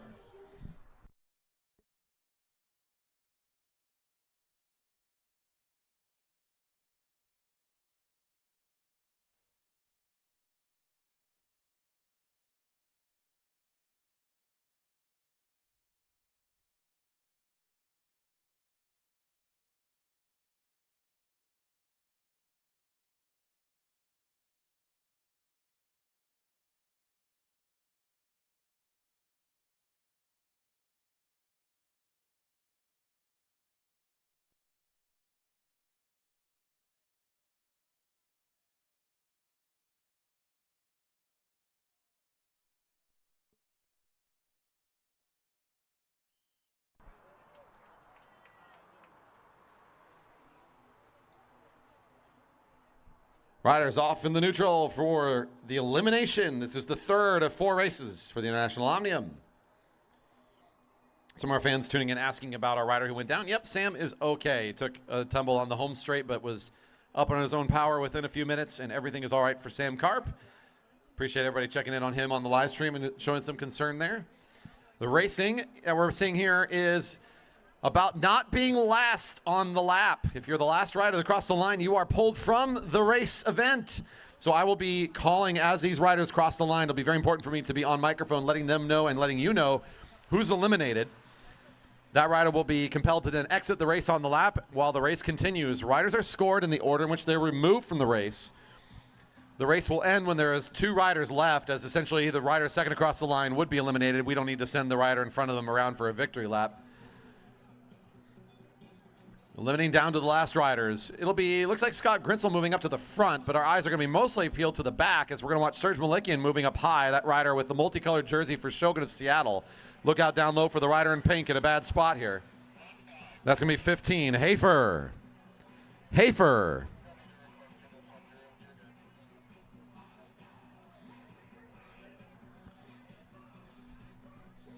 Continuing on here, Wyatt Paul is going to be the next rider who's going to have to make a move. He'll start moving up now. That's that rider with the pink helmet at the back, now leaving Nolan Adams in the tough spot. So he's got the opportunity here to go to the right, accelerate. He should be just fine. Going to try and make it difficult for someone else down low. Look out for right down the middle. Ooh.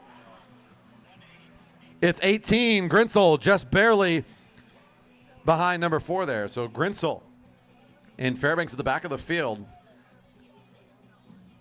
Close call there for the rider from Dyna Racing. It's Wyatt Paul again at the back. He'll rotate quickly. His teammates right alongside him. As Tyson Danielson in the white helmet might have to go to the left here.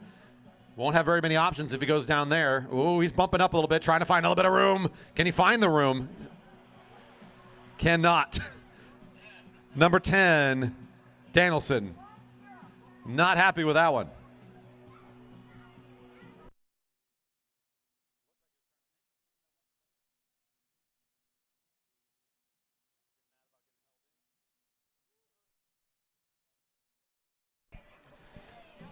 There's Paul again at the back. He'll move up to his right. Nolan Adams. You're going to hear these names a few more laps, I think, as they're going to keep being at the back and just accelerating around the field. And it might be down low this time. 19 is Sherfy. 19, Sherfy.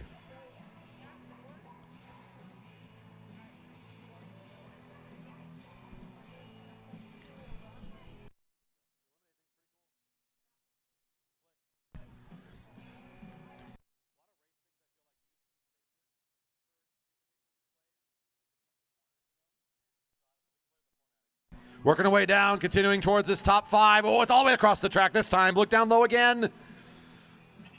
99 is the call. Malikian. 99, Malikian. Another close one between. This time it was Crowther and Malikian at the line. It ends up going to the rider on the inside by just a bit there to be caught that time. We got 6 left in the field. We're about to be in the top 5. This is where the points get a little bit better for the International Omnium. So you want to see if you can get it here. Just a few more laps if possible. 67 gets the call. Wyatt Paul. He looked around and then he was all smiles. He knew it was coming. 5 left here. Next rider out in 5th place. It's Nolan Adams at the back of the group right now. Right on the wheel of the rider in green, Chris Wilson for Fountain Cycling Guild. There's Elliot Crowther in the light blue. And then the 2 riders in the Stars and Stripes, Fairbanks and Gallagher. All spread out across the track here. Ooh, who's going to get out this time? It will be number 4, Fairbanks. Between 4 and 5 on that one. Wilson with just enough power there to survive one more lap. These are fun, folks. Every one of these laps can be really interesting to watch as this develops. But just as I'm saying it, Nolan Adams says, let's just make this one a predetermined outcome. Adams pulling off the group will serve as a volunteer on this one and ends up in 4th today in the elimination for the International Omnium. Group of 3, next elimination is 3rd overall. With Gallagher on the front, Wilson trying to accelerate from the back position a bit here. Crowther putting in a good effort to keep the speed quick on the wheel of Gallagher, and that's going to be it for Wilson. He says, yep, couldn't quite find it. Number 5 will back off just a little bit. Bell's ringing. We know this is the final lap. The top 2 now coming across the line. Wilson in 3rd. Gallagher is going to be a hard one to beat today in any sort of race format. Crowther is glued to his wheel. He's going to make the kid lead him out. This is about as good as you can hope for. Does he have enough kick to beat this speedster? Gallagher hasn't lost many laps here today. Can Crowther jump one here from the front? Great power as Gallagher's up and out of the saddle. Crowther's just trying to stay low in that slipstream and see if he can hold on to him. And the power of the junior, the 18-year-old's got a good start to his season. He's going to be grabbing it from the front. One more for Gallagher. He'll continue on his way towards the IO.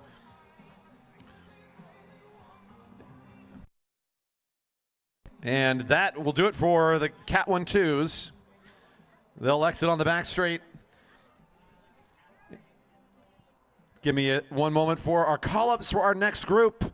This is the Open Women for their elimination.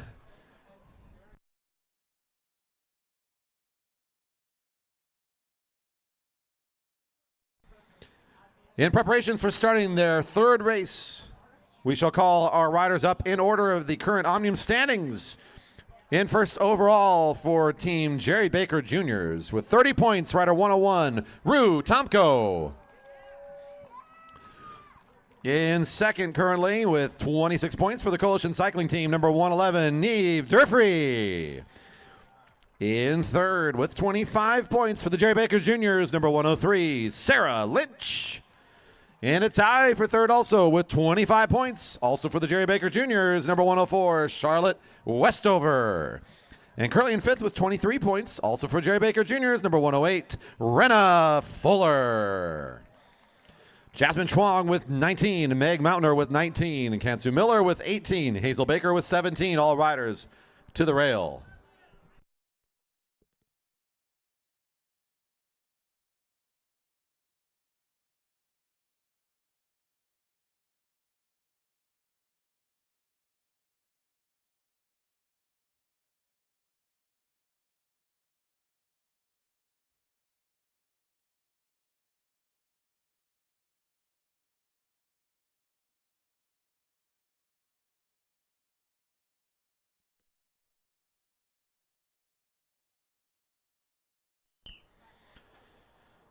Into the neutral for the elimination. Riders are away.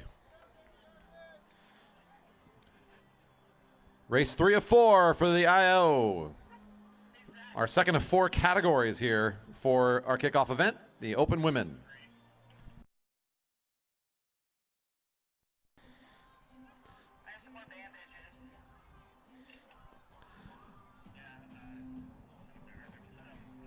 The kickoff event signals the beginning of our regular season. From here on out, Rider of the Year points are being earned. You can be part of the story, check in with the racing action all season long, and follow along who's leading the way in the Rider of the Year competition. Weekly Friday night racing, our regular racing series, will always have one featured race on the night where riders will earn points. With the regular season now beginning, the food truck, the beverage garden, and Friday nights, the show is back on, folks. It's 2026 racing is back for the fun. And with the sound of the whistle, this racing's underway. Rutanko will take the lead of lap number 1. to get this elimination rolling. Our eyes, of course, though, mostly watching the back of the race to look for who will be pulled out each lap on our way down towards the victory in this one. Kansu Miller in the tough spot at the back currently, although starting to move their way up as number 203. I think that's Meg Mountainer, number 115 now near the back. They're going to be fighting on this first lap between the two of them. Mountainer trying to hold on a bit here longer as they round onto the home straight.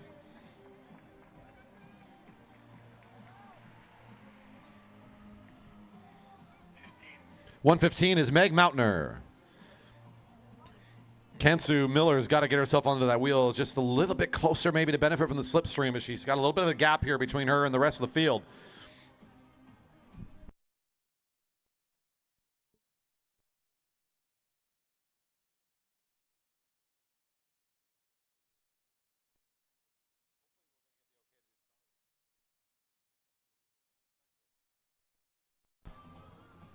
It does look like Miller just off the back as they came through the back straight. Wasn't quite enough to hold back onto the group.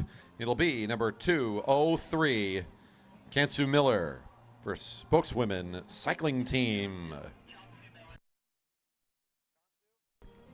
Chansu, I believe, is the correction on the pronunciation. Thank you.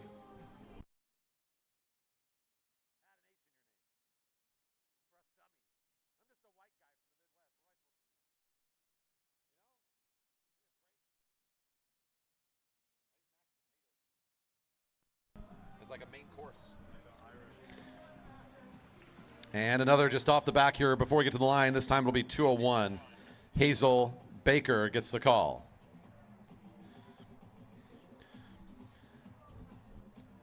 Down to 6 now. Looks like it's Jasmine in the tough spot at the back currently. Has to find a little bit of acceleration. Still glued onto the wheel currently as they hit turn 3. And the fight will start for Jasmine if she can maybe position up a little bit higher. Looking to do it in the turn. Ooh, the sprint from the back. It's looking good here. Who's going to find it? Oh.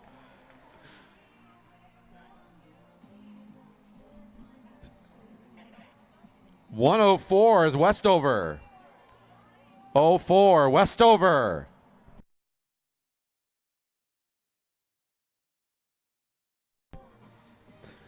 Jasmine finds the turn of speed needed up along the rail there and eliminates Westover as a result. Does she have it in her legs again? That's going to be a tough one to do.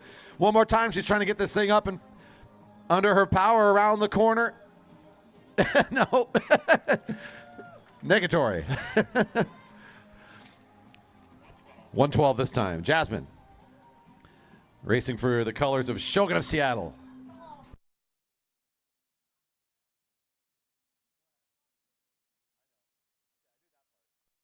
4 riders remain. Jasmine eliminated in 5th place. Let's see if our leader of the day will find another win, as Ruth Tomko has been successful at winning the previous 2 races while also competing in the Cat 3s today. Trying to get another one here in the elimination. 103, Sarah Lynch. That leaves Renna Fuller now at the back end of this group with Jeffrey right in front. And on the left is Ruth Tomko.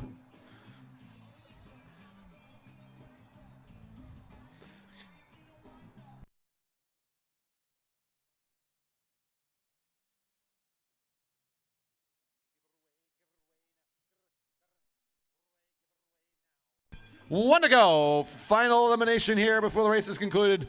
Fuller will pull up knowing that 108 is going to get the number called. Fuller in 3rd today. And at 1 to go, it's a familiar matchup of Durfee and Tomko on the final lap.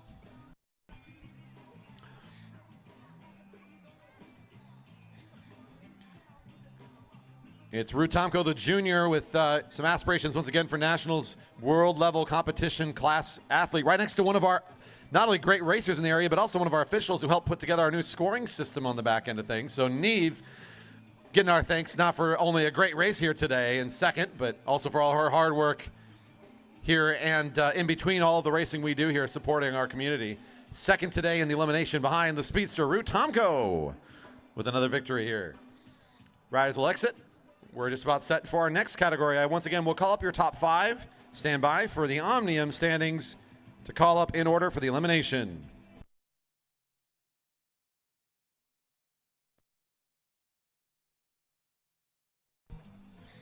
And now for the third of 4 races, the elimination in the International Omnium for the Cat 4 men. Your top 5 called in order to the line for the start. Currently in first place with 30 points for the Breakfast Racing Team, number 407, Isabel Zapata. In second with 27 for the Jerry Baker Juniors, number 402, Javi Mejia. Also in second with 27 points for the Jerry Baker Juniors, number 419, Oliver Villanueva. In fourth place with 23 for the Jerry Baker Juniors, number 401, Cody Chang. And in a tie also for fourth place with 23 points for the Jerry Baker Juniors, number 444, Gavin Fairbanks. Mark Leventriev with 20, Daniel Pagushin 16, Maxim Smagley 16, Raymond Chang 16, Joshua Hunter 16, Owen Fuller with 14, Tony Miller 12, Jason Fuller 12, and Dan Pham with 10. All riders report to the rail for your start.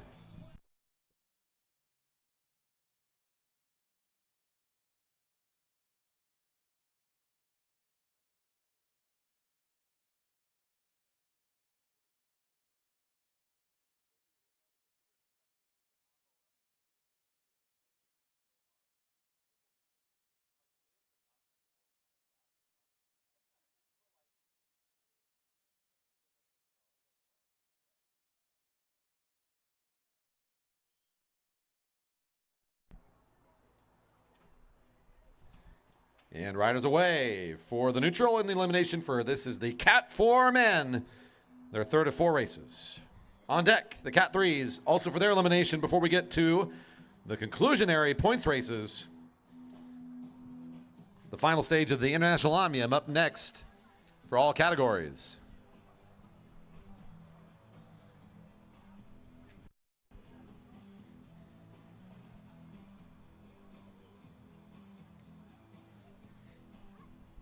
We still haven't figured out how to send some of our food and beverage to the live stream fans. I see you out there. I know. It's regular season here. You're just going to have to go to your own fridge. It's kind of annoying. I get it. More than half of our fans actually watching from their TVs at home. So if you're out there on your TV enjoying, it's a little hard maybe to throw in the live chat. I get it. So thank you for tuning in and watching if that's you out there. Appreciate you. Racing underway here for our Cat 4s now as they got the whistle. Next time around, last rider will be eliminated. If you're curious about this category thing, this is a sort of a way that a lot of different competitive sports allow for athletes to be put into similar groupings of experience and speed. At our track, we are able to host currently these Category 4 men, which is beyond the novice. It's the next category you'd go into. So once you get the green light from novice racing, you're allowed to race in the Cat 4s, where you can be in these larger groups. You have to you do the real racing format, sometimes even on a Friday or a Saturday like we're doing here this weekend.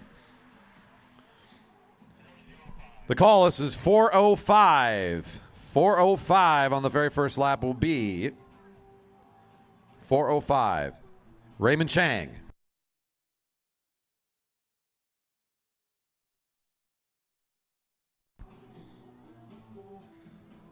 Zapata will zip away on the front, but no points for going quick. It's just for not being last.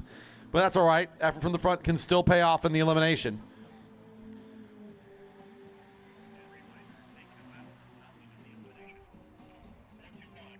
421 is Jason Fuller.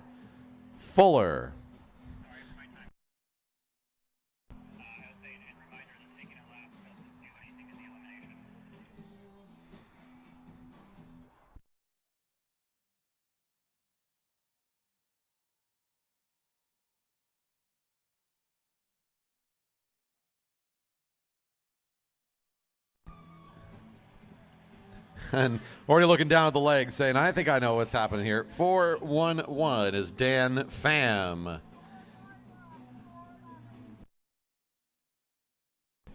Down to 10 riders. Good sized field here today for our Cat 4s. Early season, lots of juniors competing. Plenty of new riders coming out of our adult classes from last season are joining us here this year. And good to see a pretty healthy field here today. Out of view of the camera is your leader, Zapata, who's up by about 125 or so meters from the rest of this field. very safe currently from any sort of elimination. The move down low, not a bad inclination, but I don't think it's going to work out. 413 is Tony Miller.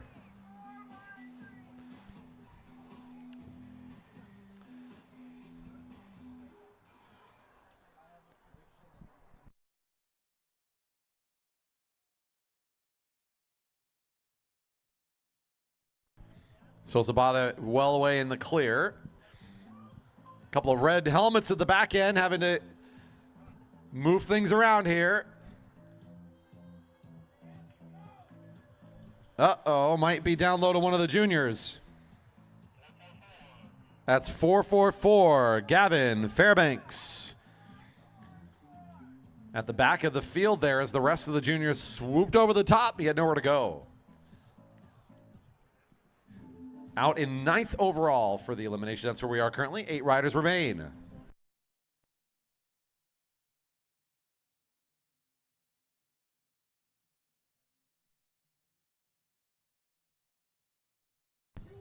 Still those red helmets doing some good work at the back. I think one of them is going to be done here. As he'll pull off a little bit. This is going to be number 450. Owen Fuller.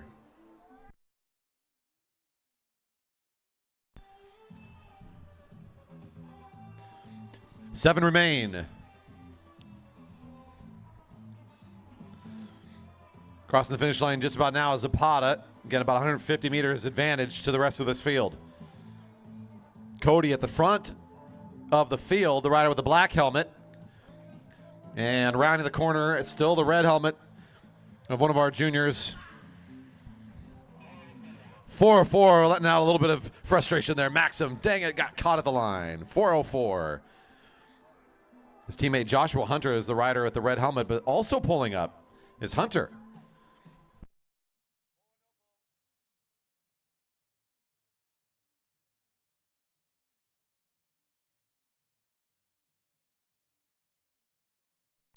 We're still pulling from the field. We have one rider off the back who will be eliminating this round, but we are still pulling from the field here.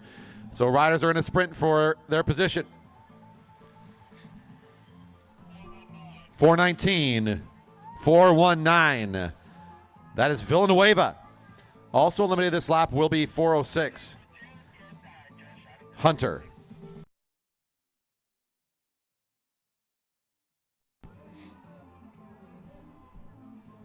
Down to 4.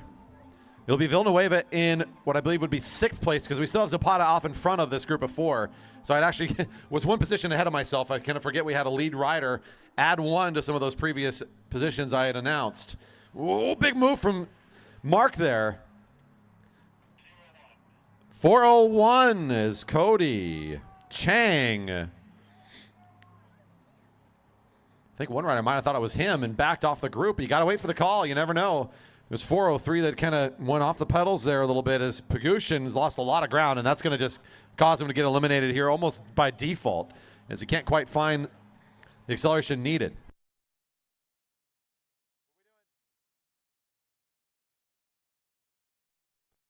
So I believe these two, without any other call, would still be safe. So it will be the junior just now crossing the finish line.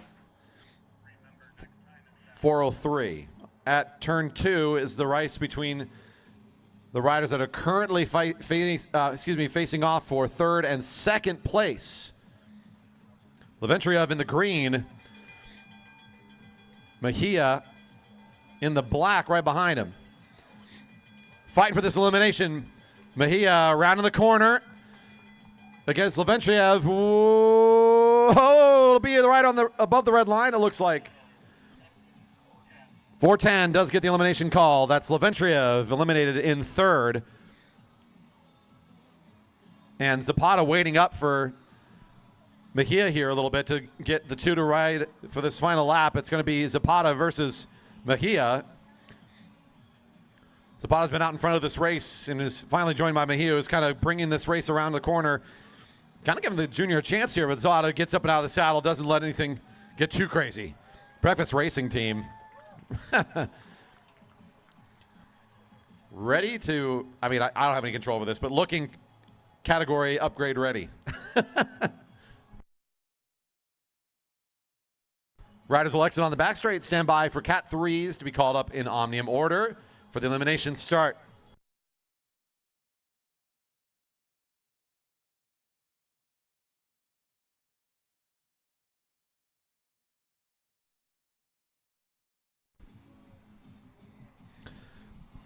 We'll call up our top 6 as we actually have 2 series of ties. 2 riders in first overall and 4 riders tied for third coming into this race. Now for the third of 4 races, the elimination for the Cat 3 Men International Omnium. Your top 6 in first with 29 points for Liquid Velo Racing, number 307, Luca Ostertag Hill. In a tie, also with 29 points for the Jerry Baker Juniors, number 101, Rue Tomko. And 4 riders all in third place, each with 19 points. For Apex Racing, number 306, Jared Elog. For Project Echelon Vanguard Racing, number 310, Otis Hatfield. Number 320, Calder Hardigan. And for Leading Factory Racing, number 321, Mike Ritter. Torrey Park with 18, Isaiah West 18, Brendan Lang with 16, Peter Snoblin 15, Rocco Alexander 12, William Huang 10, Stan Douglas 9, Sam Karp, Colin Dunlap, riders all to their start now.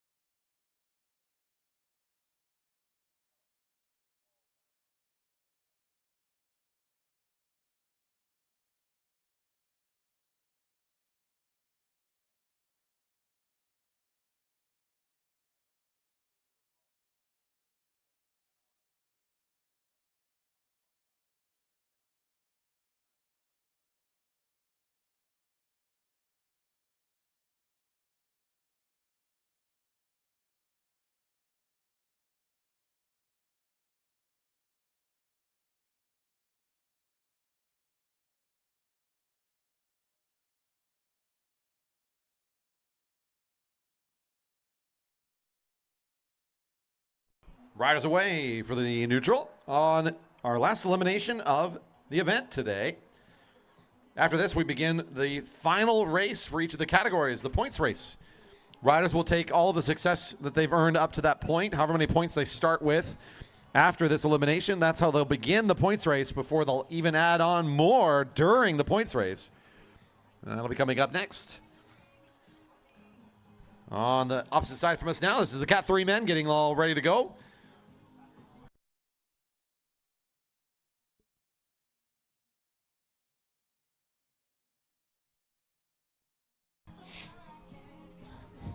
And with the whistle, racing is underway. Next time around, last rider is eliminated.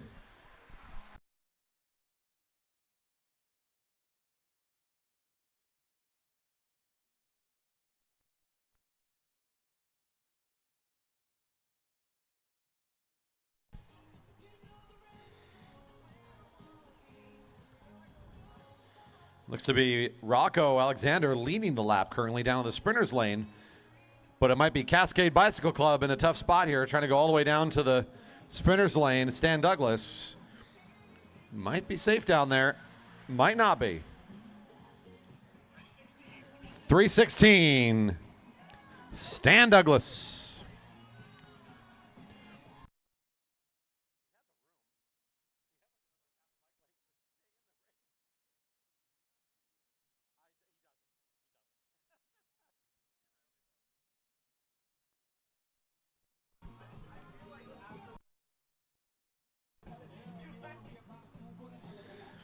And here we go yet again.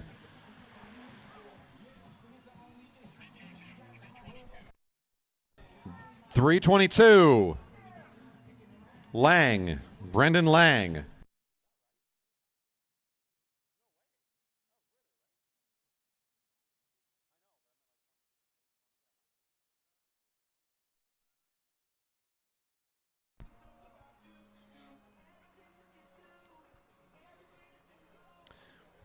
Ritter in a tough spot at the back, trying to find a little bit of room here. Don't think he's going to get it. 321 is Mike Ritter.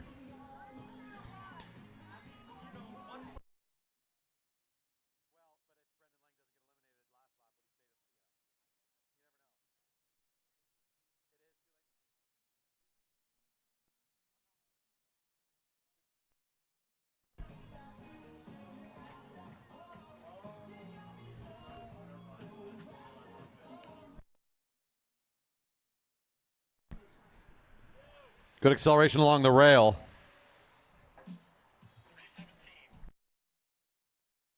.317, Rocco Alexander.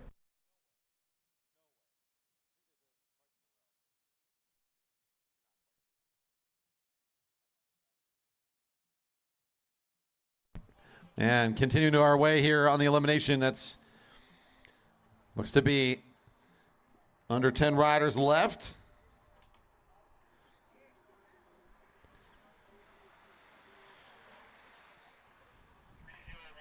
That time it's going to be William Huang, number 301.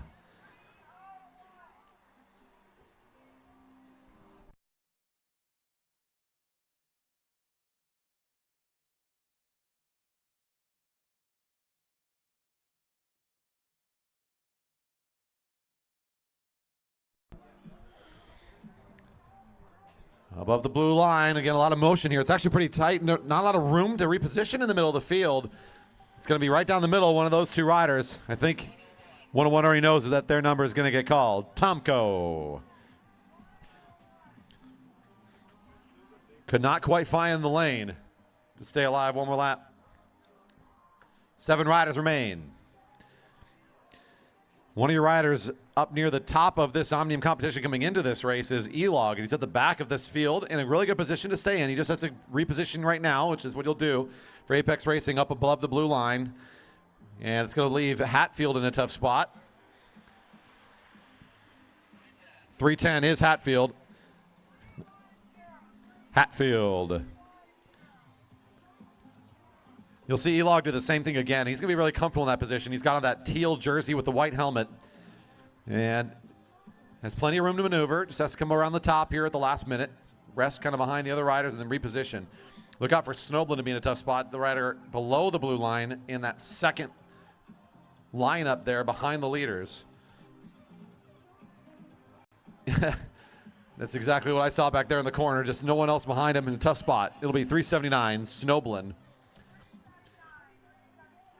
You're going to see something happen again here, very similar. Elog's going to go back. He's going to come up and around the corner, and then it's probably going to be 5 across the track on this lap. So we might just have a 5-up sprint here, depending on how this one plays out.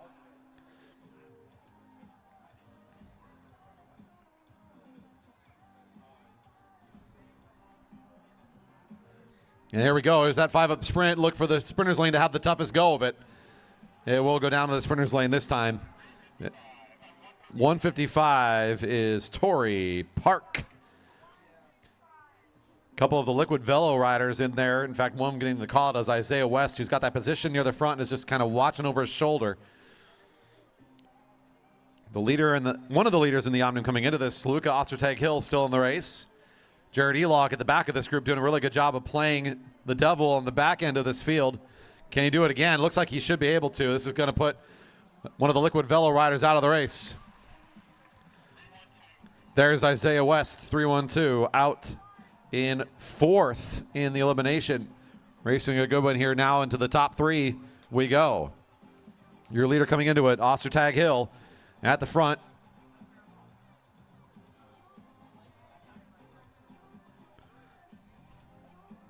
Elog makes the jump underneath. He's not going to wait for turn 4 like he has been. He'll take the lead. So now in control of the pace, and the other 2 riders will be counter-punching him here with 1 to go. And it'll be enough. 320 is Calder Hardigan. Another one of our riders that was in a tie for 3rd overall in the Omnium coming into this ends up in 3rd. So a good finishing place for him today. Now Elog trying to hold on to Ostertag-Hill. It looks like he's just on a different level here, able to pull away with some great power to finish this race. And that'll be your 1-2 here today. Ostertag-Hill. will take first in the elimination here for the Cat 3s. Jared Elog with a great race ends up in second.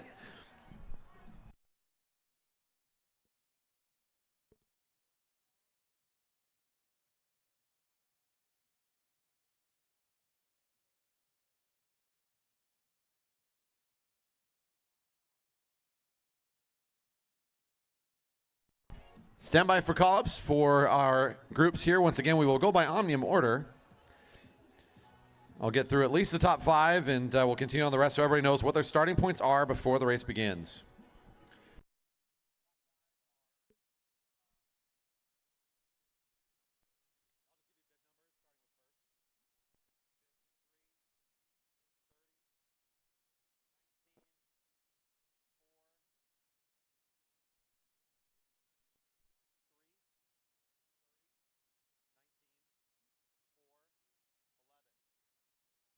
Yes.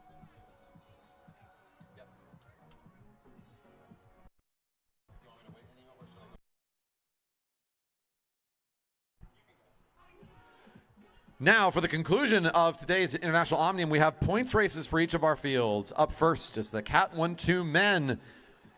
Again, I will call all riders up with their points totals. Up in first place with a total of 45 points for Waterline Racing, number 3, Merrick Gallagher. Currently in second, rider number 30, Elliot Crowther with 37 points.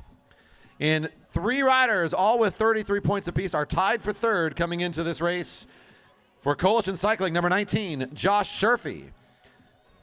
For Jerry Baker Jr.'s number 4, Keegan Fairbanks.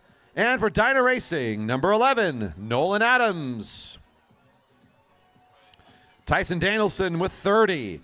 Chris Wilson with 29, Wyatt Paul with 28, Serge Malikian 24, Carl Hafer 22, and Scott Grinsell with 19. All riders are now called to the rail.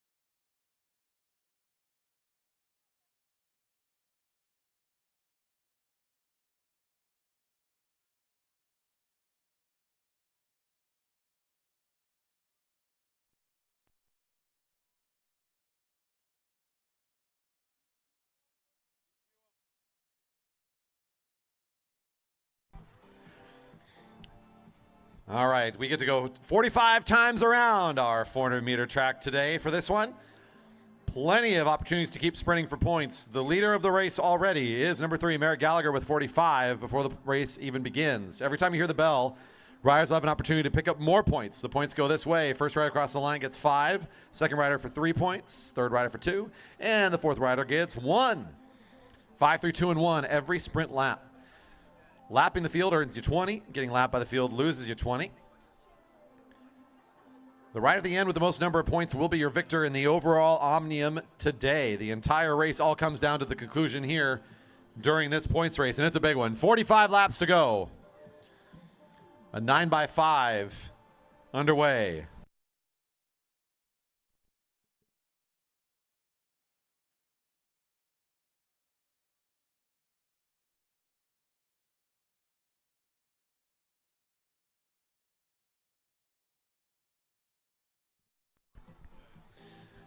Standard points race rules apply in all areas except for the fact that we just have a starting total as you come into it. So you also will get double points on the final sprint. It's an important sprint at the end. It's worth 10, 6, 4, and 2. So besides the regular scoring and, of course, 20 to lap, minus 20 to get lapped. Serge Malikian trying a little bit of a move off the front there for a bit. That's number 99. Gallagher catches quickly with the rest of the field there. It's Crowther right behind. Crowther comes into this race as the only other rider kind of getting close to Gallagher's points total to start the race. He has 37 in the Omnium, with Gallagher at 45, having won the previous 3 races to get here. Crowther with 37. 3 riders start this race with 33. It feels a little bit like it's a race for second in some of their minds. They're saying, how many points to get up to Crowther as they're talking at the line there. But, you know, it's anybody's race with this length, but I think the length is also going to play to the current leader's strength.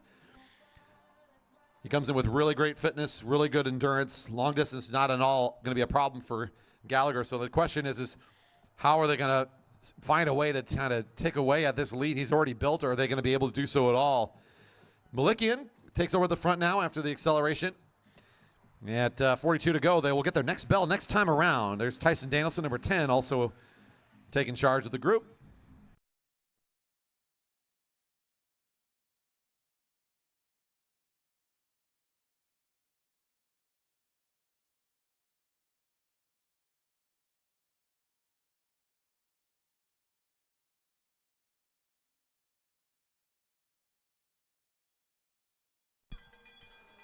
And your first point sprint. Points next time. First rider across the line with +5 to their points. Second rider 3. Third rider 2. Fourth rider 1. Currently being led by number 10, Tyson Danielson for Waterline Racing. You can't tell he's a teammate, but Gallagher right behind him also racing for Waterline, wearing the Stars and Stripes in good position. Here comes Crowther trying to position himself as well. Gallagher up and out of the saddle a little bit here. Crowther alongside that back wheel. It's Danielson still in control of the sprint from the front. Danielson in great position. Gallagher, I think Danielson probably gets 5 there. It's very close, though. Gallagher for 3 is my call. Crowther 2, and I think it's Fairbanks 1. That call will be confirmed. Number 4 will continue on the speed here. So Fairbanks kind of down into a low aero position. Will just keep driving a bit. And there comes his teammate zipping around him as well. So there goes Gallagher. Crowther up to the wheel. And we have our first break starting to form here following that sprint. 39 to go. Gallagher, Fairbanks, and Crowther.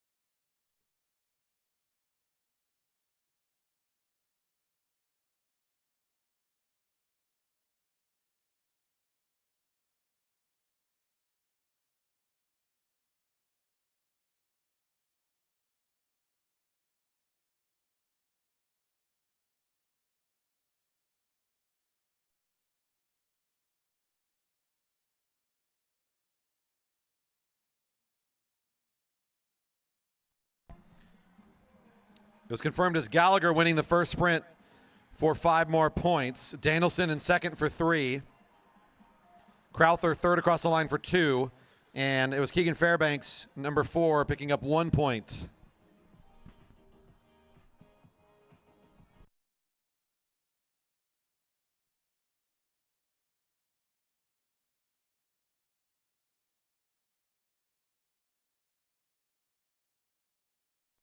Bell ringing again for more points.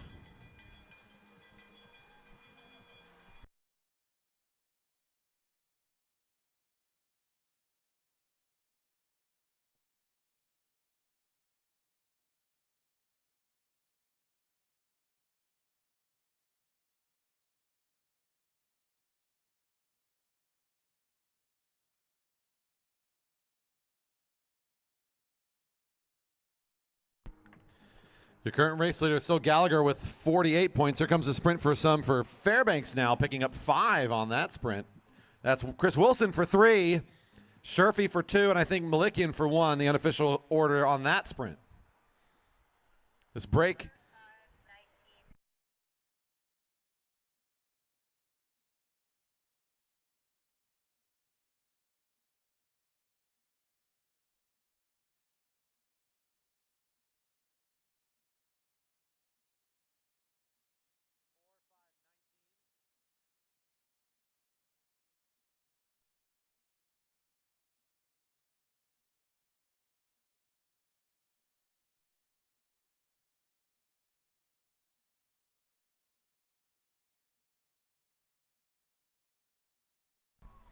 All right, after that previous sprint, I believe my updated points totals for riders look something like this. Your race leader, Gallagher, was still with 48. 2 riders with 39 points apiece is number 4, Fairbanks, and number 30, Crowther, currently tied for second. I've got number 19 with 35. That's Sherfy. And number 10 with 33, and 5 now with 32 points.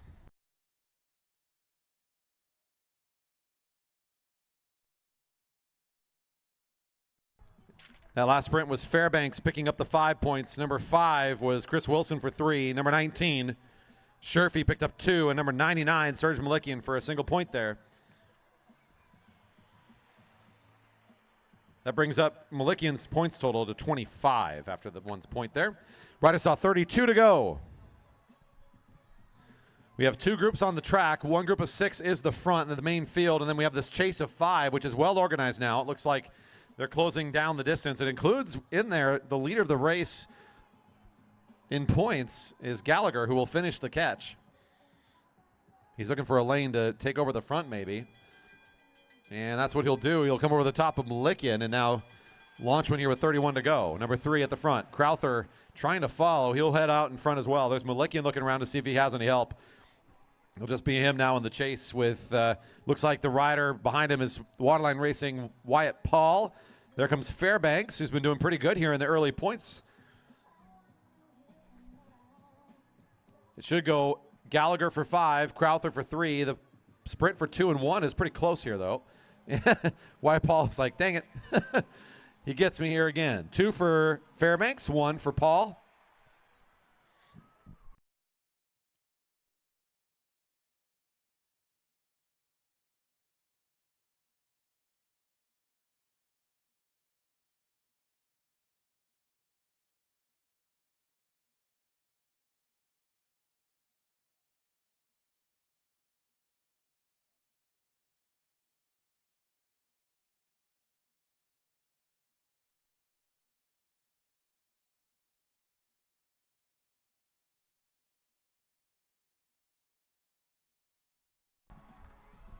Race leader Gallagher now with 53 points. Crowther, I have at 42, currently in second, just 1 point ahead of Fairbanks in third with 41. After that previous sprint, the field in multiple places here, it's really been pulled apart and put back together again here. It looks like some riders starting to regather behind Fairbanks and Crowther, pull up above the blue line. That's going to be Chris Wilson, number 5, is closing in. Status of your leader, both in the points and on the track, is Gallagher all the way over between turns 3 and 4. So the field's got a ways to get up to him. No surprise on a big, long race like this that Gallagher is going to open up a break at some point. We've seen it already many times today. He doesn't need any help to do this.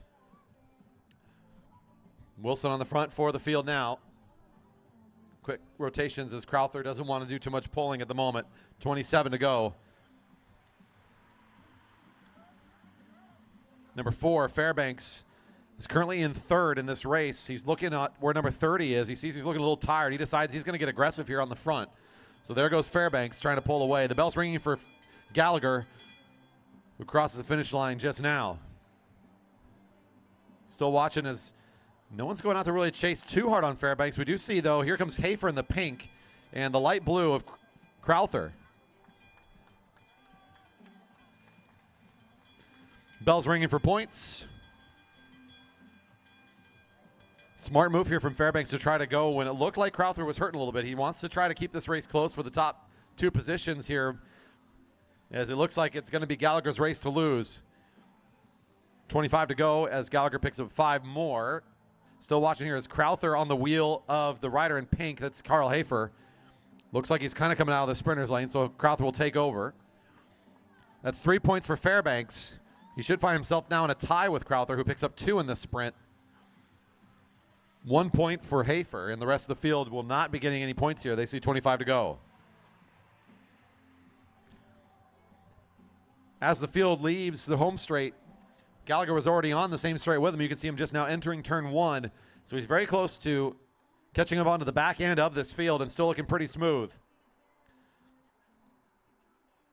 If he catches, again, a gain of 20 points goes into his pocket. The front of the race will then move over to where Fairbanks currently is on the home straight.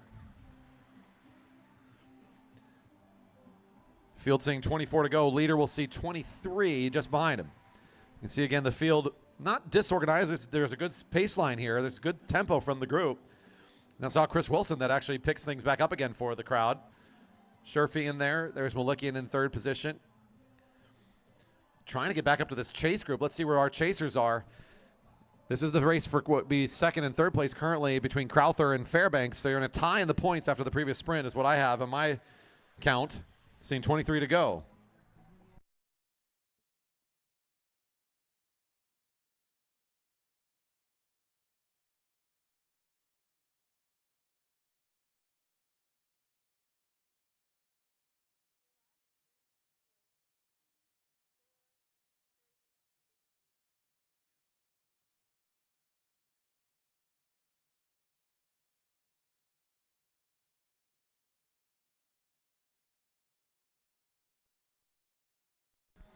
These riders seeing 22. The leader getting the bell is got 21. The leader getting the bell at 21 to go. Leader getting the bell. That's Gallagher, not the field. Gallagher getting the bell at 1 to go.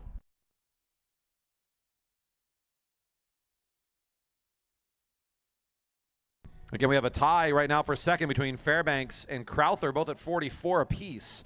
Gallagher got the bell. He looks like he might catch in the field here. He's going to stay off the back a little bit. Not a bad move here. Bell's ringing for the chasers here.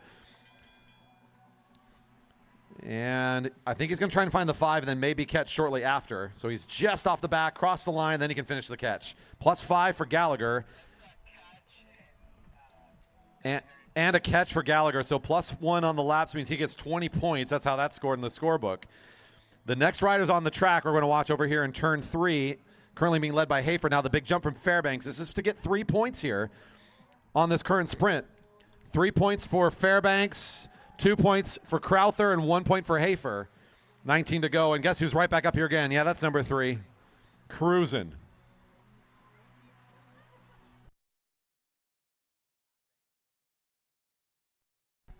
Past the field and right up to the front again. There he goes.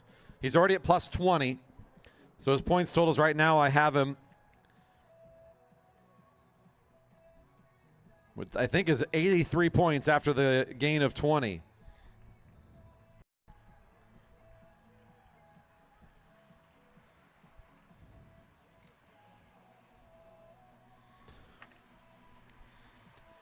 Hafer I have coming up to a points total of 24 now after picking up some points in those previous 2 sprints. Number 4, Fairbanks now in second with 47. Crowther in third with 46. Everyone else's points totals have been pretty static here for a while. Everybody's seeing 17 to go. Gallagher kind of gives up on the attack here, but it's now Crowther that's just barely off the front. That's number 30. 30's keeping his eyes on wherever Fairbanks is. That's now the race kind of within the race that we can really watch. It's number 30 versus number 4 as the current most interesting competition in terms of a top finishing position. Gallagher feels out of reach after picking up the lap at the way this race has been developing.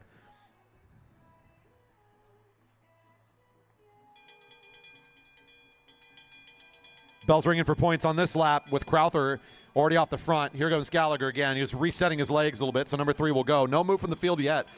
Wilson swings up to the blue line. There's Fairbanks. Currently in second is number 4. We're 2/3 through this 45-lap race now. Still plenty more laps to go. The catch here on the front is it looks like Gallagher's going to make a fight here for Crowther. Crowther not going to enjoy not picking up the 5 there. He's trying to get the good points off the front, but Gallagher sneaks him away from him. Number 30 for 3. Whoa, Fairbanks, important 2 points there. I believe he found it. We'll confirm. It might have been 15, though, Hafer.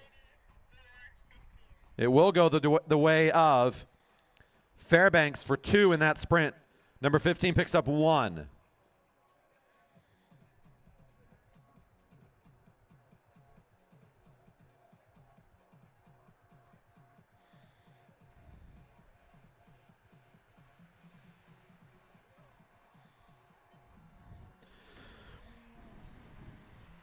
Unofficial points totals have Gallagher with 88 as your leader.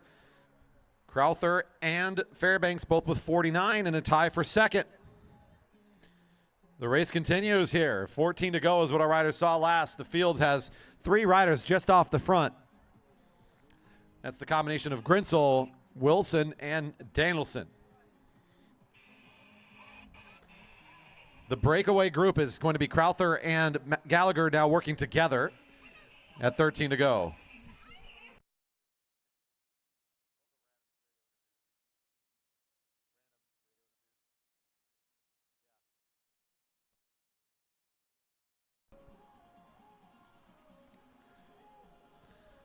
Field all together down the back straight now. That small break, that little chase group that was starting to form is just all back into the group now.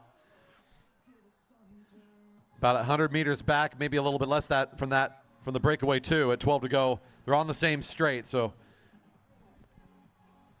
not too big a gap here for Wilson and the rest of these riders.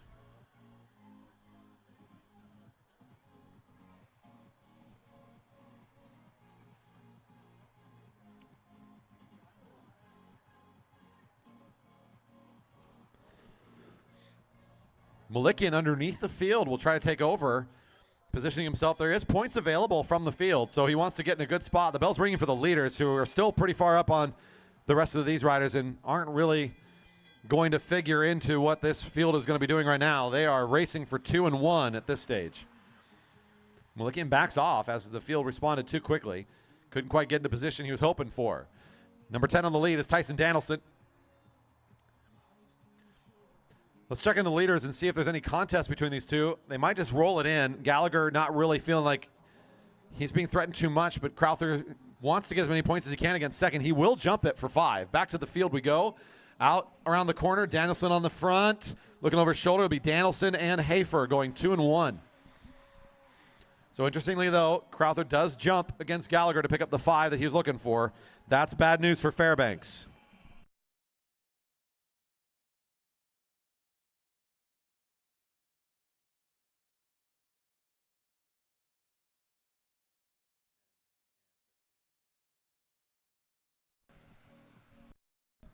Break of 3 starting to form here at 9 to go. Nolan Adams. There's Fairbanks trying to get up to Crowther now. He's feeling the pressure. There's number 5, Chris Wilson, right with him.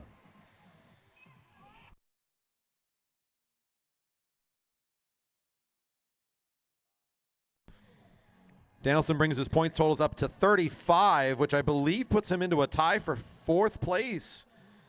So good to get some points there for number 10. Most importantly, no points for number 4 as number 30 picks up the 5 on that last sprint.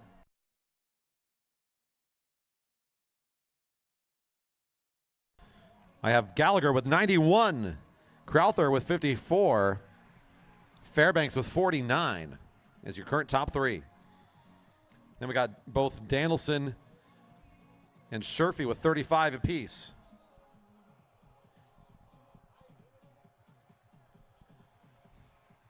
One right off the front, and once again is Gallagher. This group of 4, the chase, trying to hold on to his position, includes the riders fighting over second place.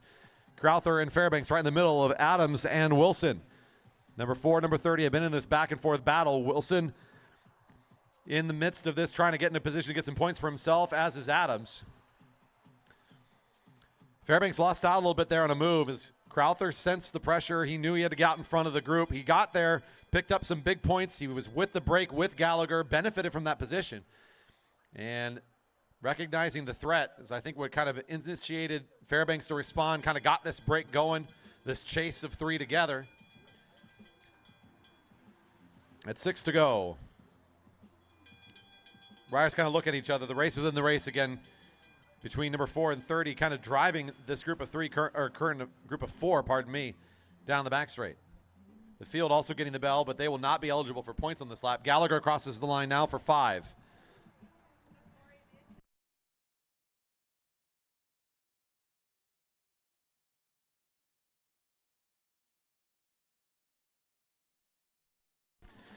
It'll be Adams out of this chase for 3 points, 2 points for Fairbanks and 1 for Crowther.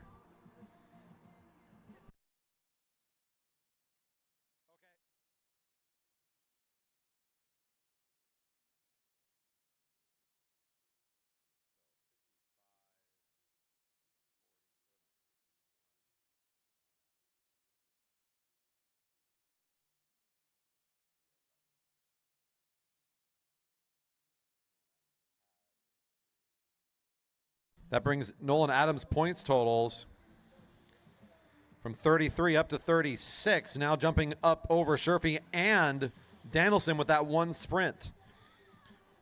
Your race leader is still Merrick Gallagher, now with 96 points, about to be in the Century Club here for points totals on this day. Next closest racer in points is Crowther in second with 55, Fairbanks in third with 51.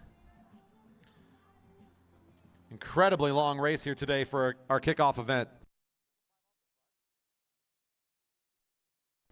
And Gallagher catches again for another plus 20.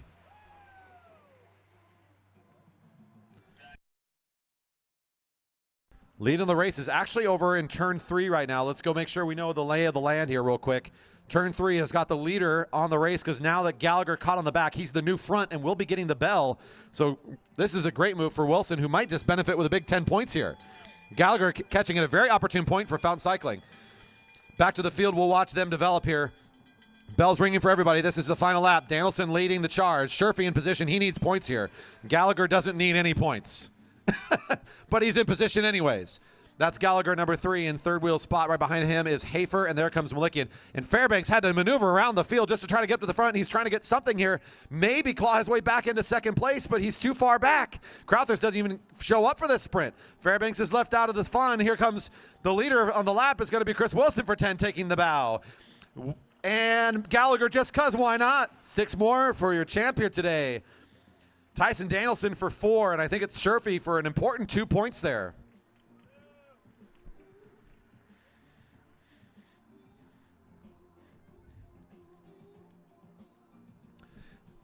Whoo-wee. 45 laps of points racing for our Cat 1-2 men has finally come to a conclusion. Riders, please exit on the back straight as your race is concluded. Gallagher wants some more love. He says, let's go. Good start to the season. Nice work. 100 and that was for 120 points, I believe, was the final count. The unofficial final count. Thank you very much. I've got a pen and paper up here I'm trying to keep up with today, folks. It's a lot of fun. Let me tell you.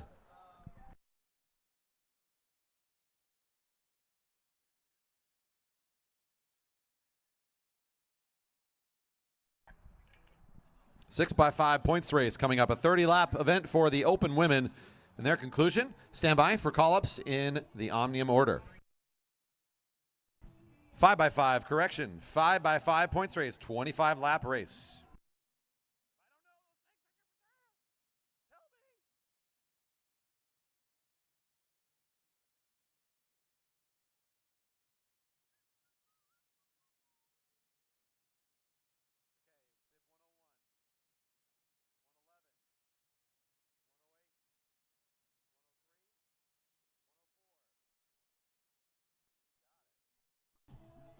And now for your starters in the final race today for the Open Women, International Omnium will be calling our top 5 up first to the line. In first place with 45 points for the Jerry Baker Juniors, number 101, Rue Tomko.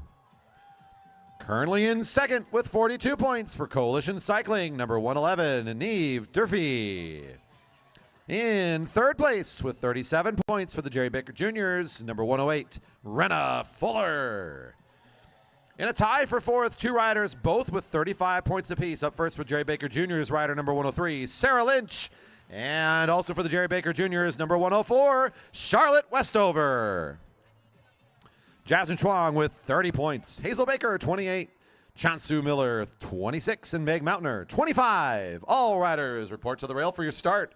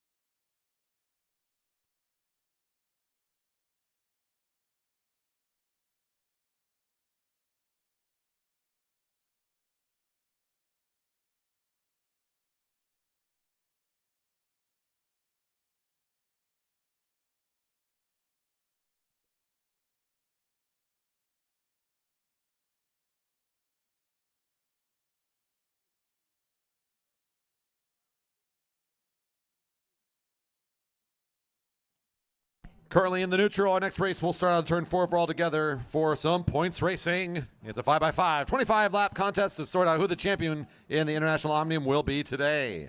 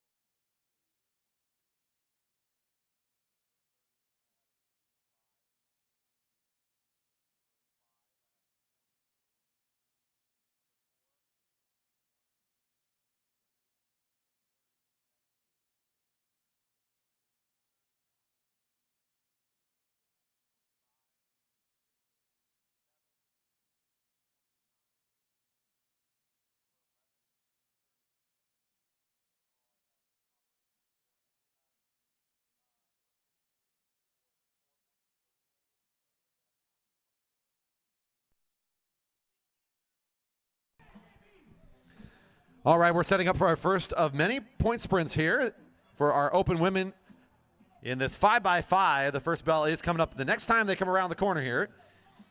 Leader coming into the race, number 101, Ruth Tomko, starts the race with 45 points, winning the previous 3 races, with Durfee being right behind, getting 1 point less in those first 3 contests, only 3 points trailing Ruth Tomko to start this race off. And the bell's ringing for their first point sprint of the day.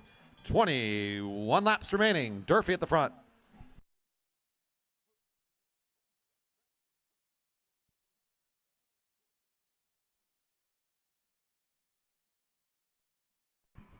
There goes Durfee away from the group now with Westover right behind.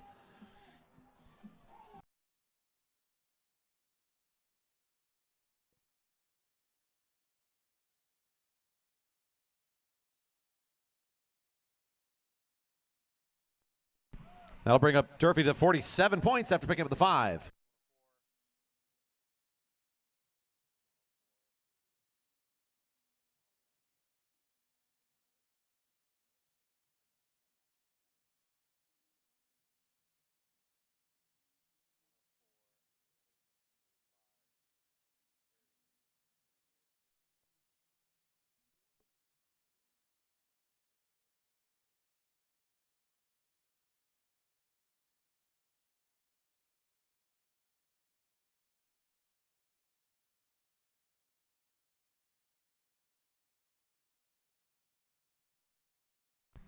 Group of 4 on the back straight is the lead of the race, and that is all of the points getters from that first sprint as well.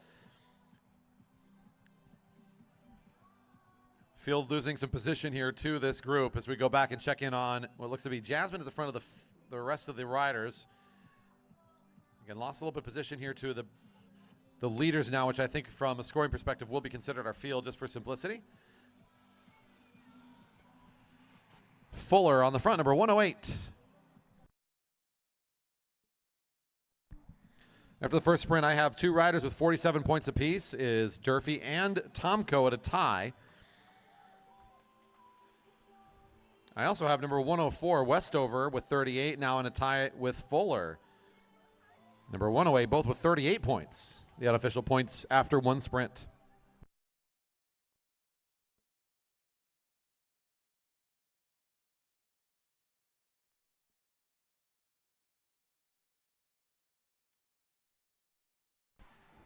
$17 to go. Bell at 16.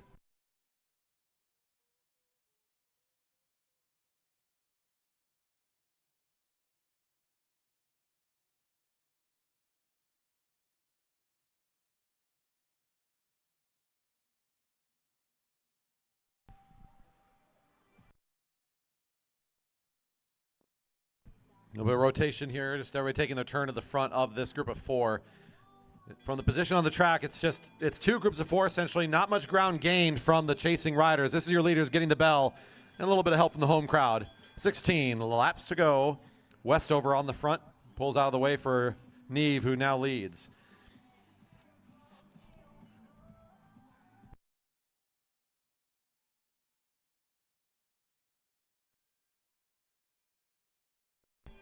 Opposite the track, the chasing group of 4 get the bell as well.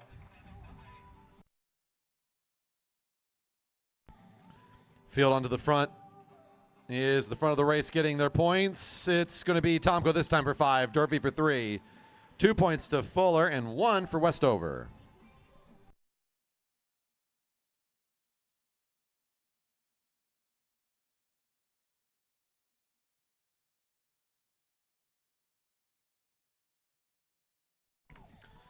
Race leader now is Rue Tomko with 52 points unofficially. In second is Durfee with 50. In third is Renafola with 40. Westover in fourth with 39. Here's your lead group. Look over to turn 1. You can see they're closing in on the back of this group here. If they catch, they'll be scored up plus 20 is the way that this will currently be figured out, because they'll be gaining the lap against their competitors here.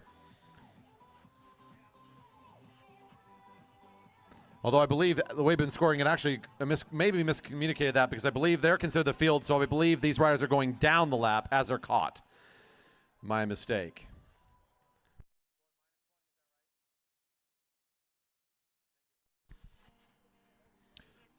So minus 20 for the riders caught. Riders on the lead. The leaders were the field in this case. So we have scored them at the minus 20. The race continues, and now it kind of looks like a larger group here, as a group that got caught is joining in.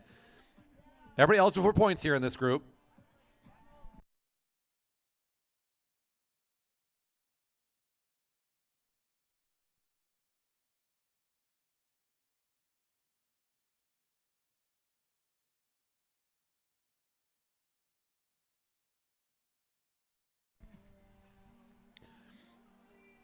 $12 to go. Your leaders don't change their points totals after the catch there. It's everybody else that goes a little bit further out of contention. So for simplicity here, the leaders with that 52 to Rue Tomko, 50 to Durfee, 40 for Fuller, and 39 points for Westover should stay untouched And they're all in this main group.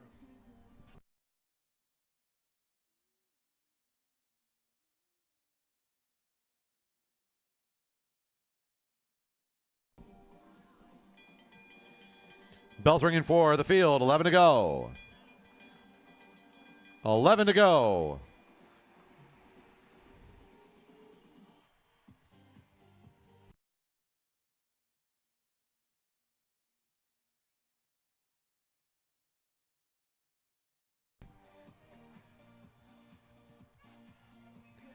The sprint's currently following Neve down the back straight.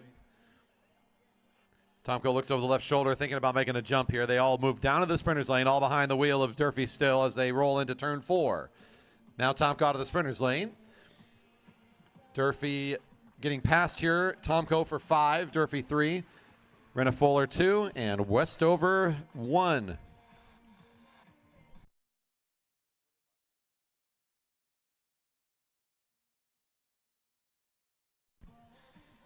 My unofficial points totals. Tomko, your leader, with 57 points now. Durfee with 53 in second. Renna Fuller with 42 in third. And number 104 is Westover in fourth with 40.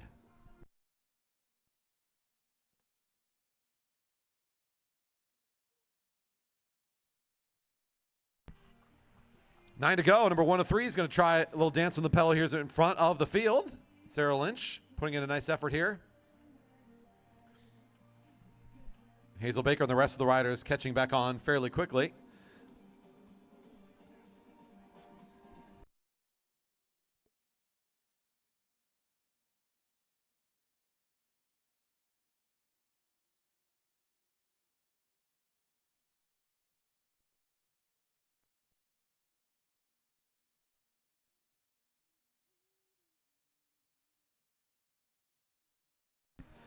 Eight laps remaining. Bell at 6 to go. 2 sprints remain.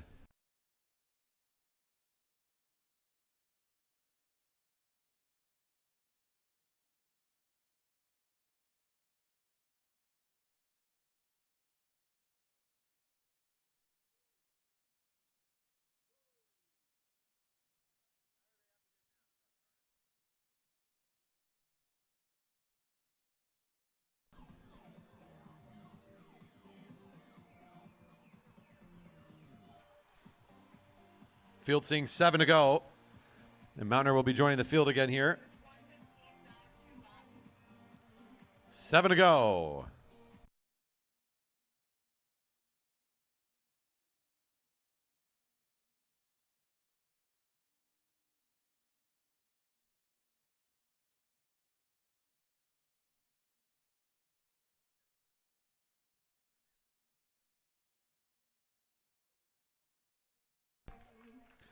Bell's ringing. It's 6 to go.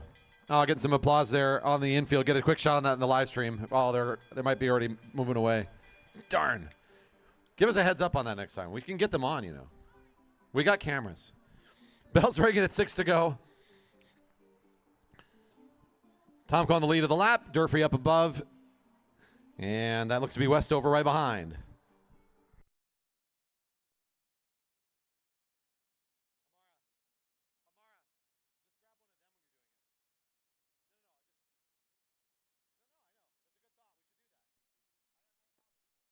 Off the front here, Tomko. Oh, pardon me, that's going to be Fuller.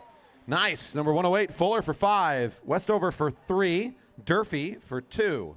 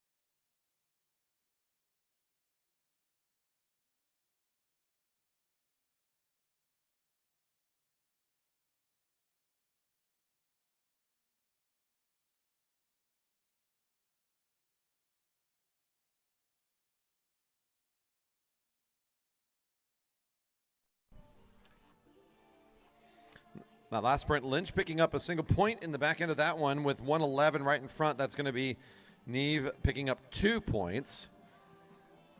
Westover picked up 3, and it was 5 points to Renna Fuller. I have the points totals now as Tomko leading with 57.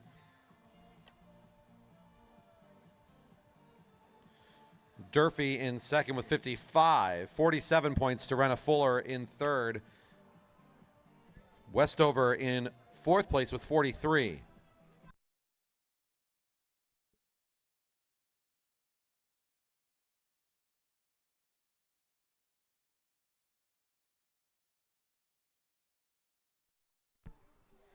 Right, saw 2 to go as they came through previously. Field should be getting their final bell here shortly. One to go. One to go. One to go. Neve at the blue line, trying to position above the sprint lane here currently still. Awaiting the speed through the turn. Lynch down in the sprinter's lane. Has the shortest line available, but is waiting for the acceleration still. Here comes Neve again. A little bit of a push forward. Still at the blue line. Now the hustle coming both from Tomko and Westover. And here comes Fuller into the sprinter's lane as well, following the lead of Tomko. Hitting the corner, it's Durfee in the lead position. Tomko now going to work in the pass. And will find the space over the top. It's Tomko, Durfee, Fuller, and Westover on the sprint, and that will be their order on the podium as well for the Omnium here today. Tomko will be your Omnium champion after picking up the final 10 points. Durfee in second, and I believe Renna Fuller, after that final one, will hold on to third in the overall standings. That's right, you can put your hands together for all of our finishers here. A long race. Great competition all day long. All riders will exit on the back straight as they're wrapped up on this lap. Hope you've been enjoying your afternoon. Thanks for hanging out with us here at the Velodrome as part of our kickoff event Saturday racing. It's been great to have so many friends from the Cascade Bicycle Club hanging out with us today as part of the Flying Wheels event they're doing. Don't forget, if you want more information about who we are and what we do, velodrome.org is our website. We race here all the time, all throughout the summer months. Fridays, 7 p.m. start time. As long as it ain't raining, we'll be up here having a great time talking about the racing and food trucks, beverage garden, and great racing action here in the park. Looking forward to it. We are ready to start our next race here in a moment. We're calling up via the Omnium standings. Stand by for Cat 4s.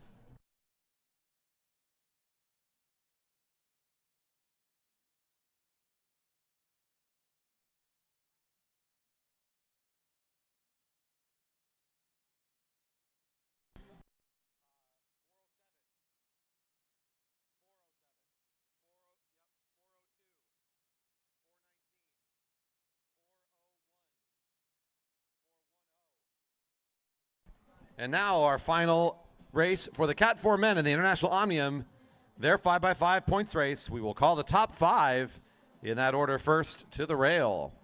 Currently your leader in first place with 45 points for Breakfast Racing Team, number 407, Isabel Zapata. Currently in second with 41 points for the Jerry Baker Juniors, number 402, Javi Mejia. Currently in third, also for the Jerry Baker Juniors with 37 points, number 419, Oliver Villanueva. In fourth with 34 points for the Jerry Baker Juniors, number 401, Cody Chang. And in fifth place currently with 33 points for Talk Time Northwest, number 410, Mark Laventriev. Gavin Fairbanks with 30, Daniel Pagushin with 28, Maxim Smiley with 25, Joshua Hunter with 25, Owen Fuller 22, Raymond Chang 21, Tony Miller 19, Jason Fuller 17, Dan Pham 16.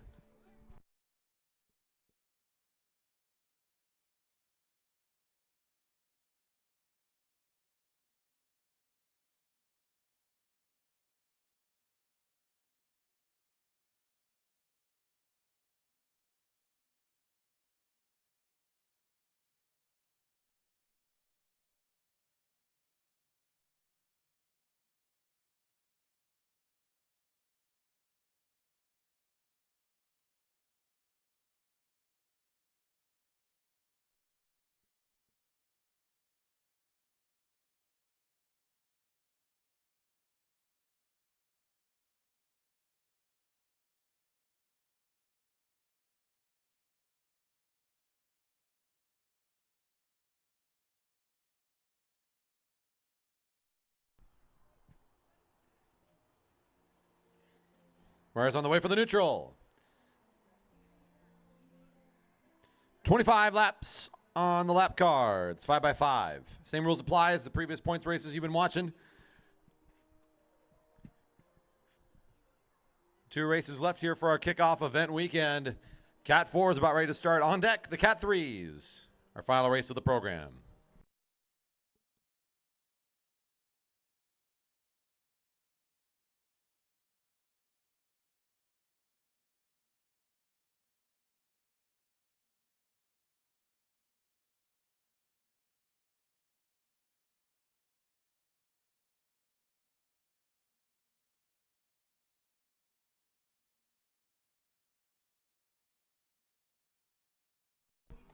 Sound the whistle. Racing's underway. 25 to go. First bell at 21.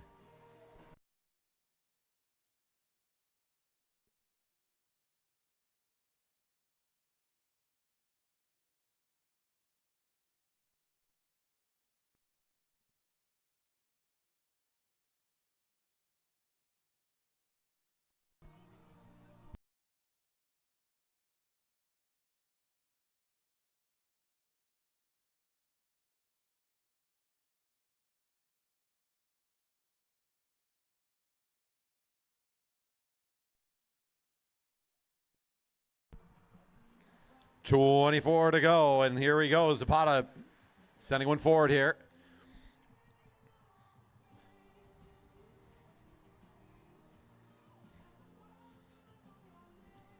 Up and down the track goes Zapata, back down to the sprinter's lane, having won the first 3 races, coming into this with the advantage of 45 points.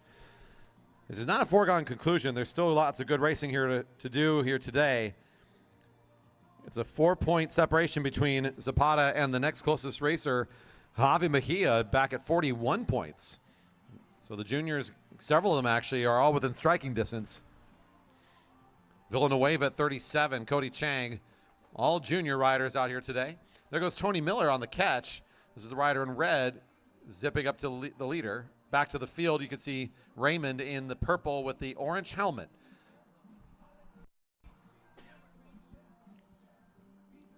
Trying to get quick on the front of this field as well. Bit of a gap here from the leaders. Just a few seconds separating at 22 to go.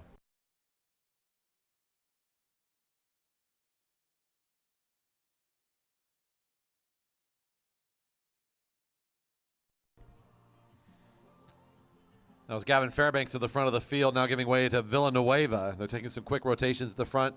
Looks like there's a bit of a desire to close this gap down fairly quickly. If they can catch it around the corner, they'll be in time for this point sprint and set things up. So everybody's eligible for the 5. Still Zapata on the lead of the lap at 21 to go, but the catch is nearly there. That's Villanueva doing the work to finalize things. You can see Cody right behind him, number 401. There's Mark for Team Taco Time Northwest, the rider in green, also now in the front 5 positions. Down onto the infield, we're going to celebrate our top 5 for the International Omnium. Put your hands together for our top 5 spots for our Open Women International Omnium. Back to the race. We've got a sprint going on. That looks like the black helmet coming out of the group is Cody for 5, Villanueva for 3, Mark Valentia for 2, and Zapata 1.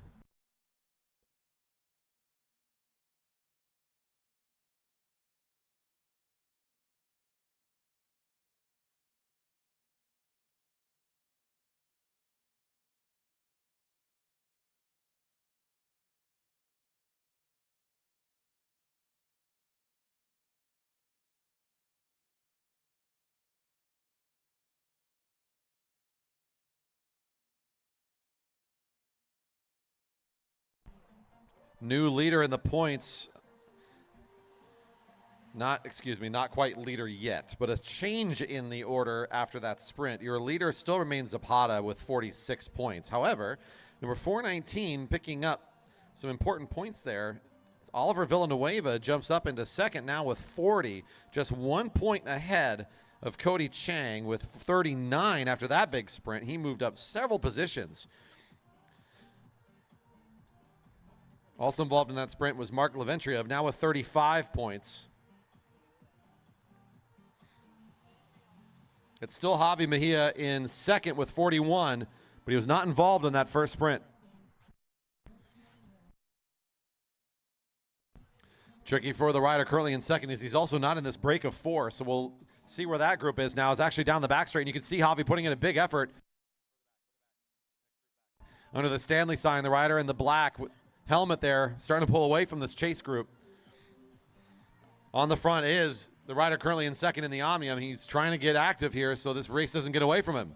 Good move and understanding the race format. Unfortunately, he doesn't have any help here, so he's just going to have to make this move all by himself, and that is a big distance to cover, and Zapata's not going slow. Good effort here from the youngster to identify what he needs to do to stay competitive here today in the Omnium. Can he close this distance down? Not in time for these points as the bell's now ringing for your leaders. They will grab all of the points here on this sprint.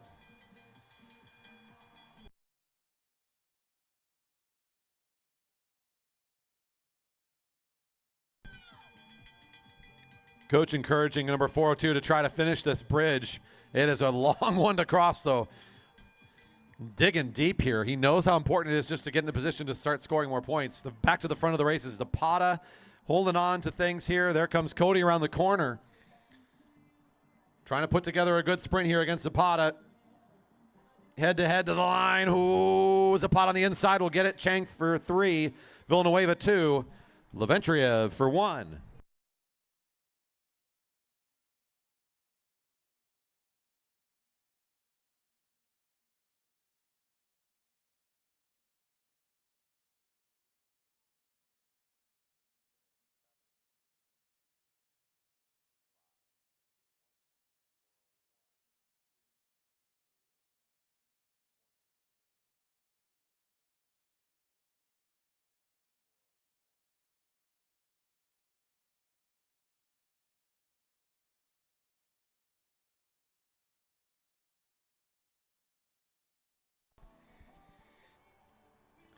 Zapata now up to 51, still your leader. 2 riders in a tie for second is now 401, Cody Chang with 42, and also number 419, Villanueva with 42. Javi with 41, currently good for 4th place, and then now with 36 is number 410, Mark Leventriev.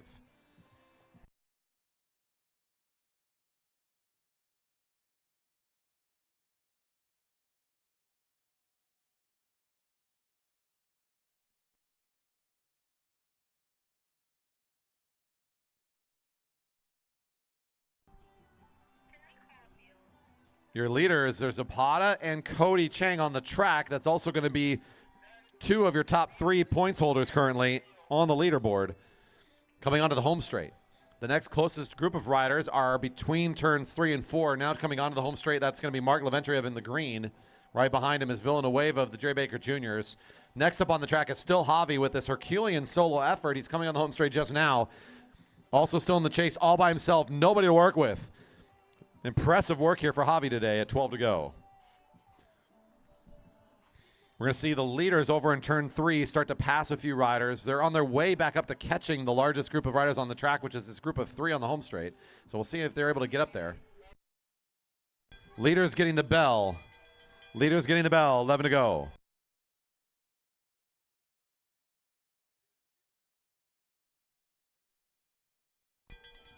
For scoring purposes, the lead 2 will be our field.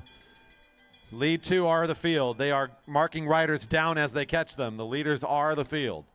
Speaking of which, they are very close to catching another group of 3 here around the corner. That's Cody Chang on the lead for Zapata, rounding the corner here. Zapata's still your race leader in the points. Chang in good position here, maybe to pick up the 5 this turn. They're working as a team for now. 401 for 5.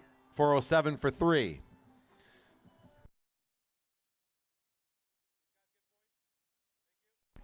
.406 picking up 2. 405 for 1. Leventriev and Villanueva do not get points there.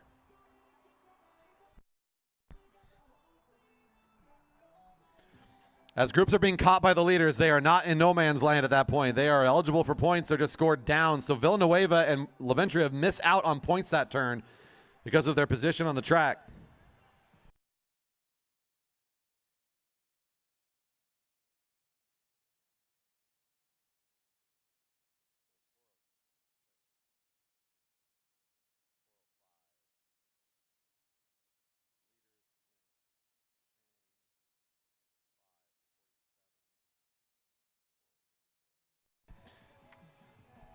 Racer Zapata now with 54 points unofficially, and Cody Chang with 47. Now alone in second is the junior right behind the rider in pink here. Good positioning by the youngster here today. Next closest rider in the points is 419 Villanueva, still with 42. Everybody behind the leaders is eligible for points. That means currently the riders that are closest to the leaders in points, which is, we'll find them over here now in turn 2, just coming onto the back straight, is Villanueva and Mark Villeventria. They are behind a group of 3, which means they are currently out of the points, but they are the closest to the leaders in points, 200 meters behind them on the track, though. So the current race format, this is getting a little bit crazy here for those guys to even gain any more points against the leaders. They are out of position. They'll be seeing 7 to go. Leader of the race is over in turn 3 right now. Leader of the race in turn 3 at 7 to go. There's Zapata coming onto the home straight. He's lost Chang, who's pulled up. He needs some leg rest. Zapata is still looking fresh.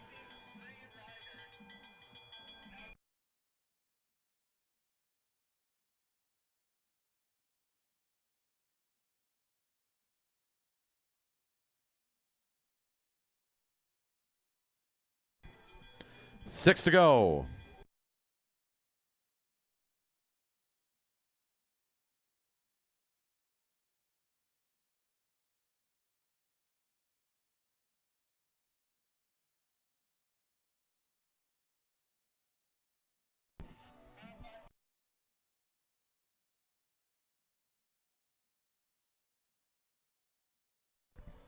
Four, 5, 4, 6 in no man's land. Currently, it's Zapata for 5 points here.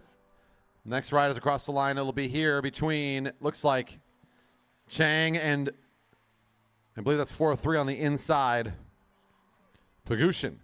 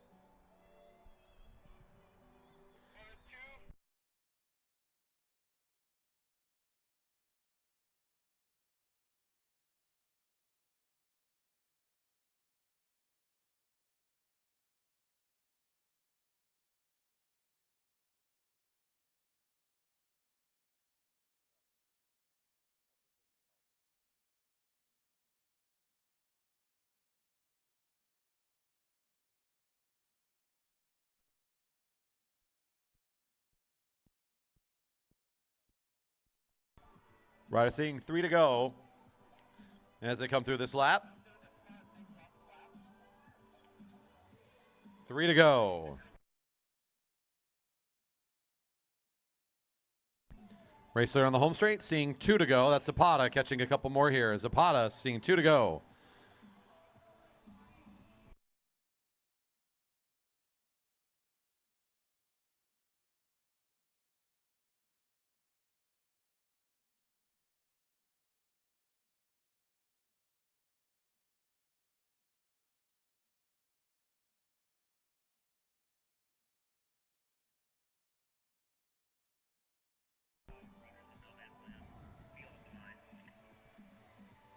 And there's your bell, 1 to go. Final lap, Zapata on the way to win this thing here today. One more time around the track for the Cat 4s. 1 to go. 1 to go.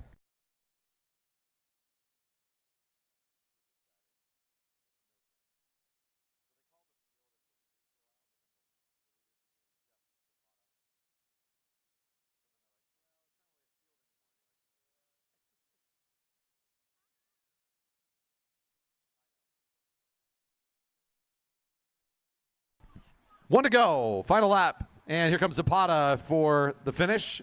Villanueva across the line just ahead. All riders exiting here on this lap. A few more riders still finishing up. We got a group of 4 on the back straight still rolling through. That's being led currently. Nope, and a jump here it looks like, actually, as I was about to call out the leader. Those things changing up in our group of 4. They're going to make this a race all the way to the finish.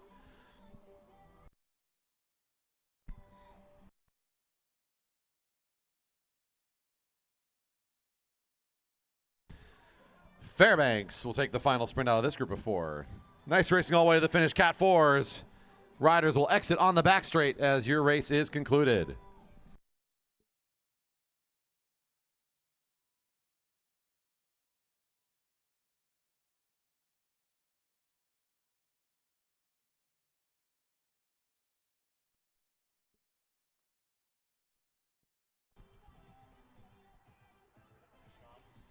And we have one more contest today. It's the conclusion for the Cat 3 men in their International Omnium. One more fun event here to witness. I'm going to bring them to the rail in just a moment. Stand by for their call-ups.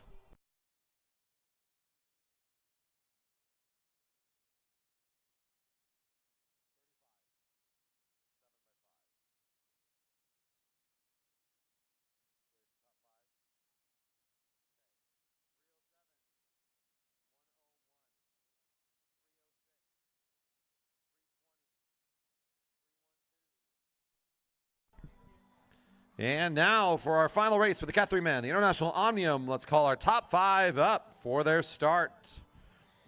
Currently in first place with 44 points for Team Liquid Velo, number 307, Luca Ostertag Hill. Currently in second with 38 points for the Jerry Baker Jr.'s race team, number 101, Rue Tomko.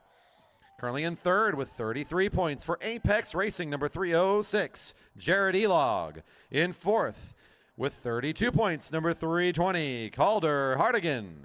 And in fifth with 30 points for Team Liquid Velo, number 312, Isaiah West.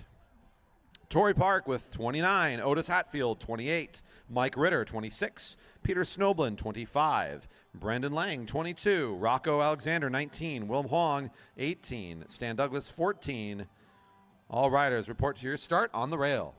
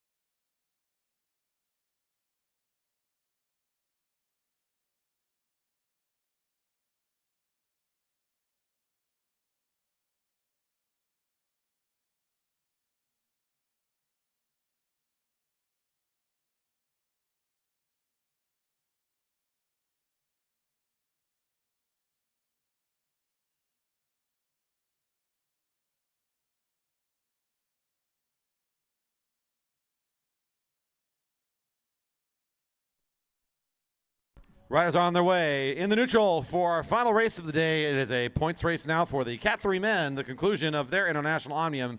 35 total laps, 7 by 5.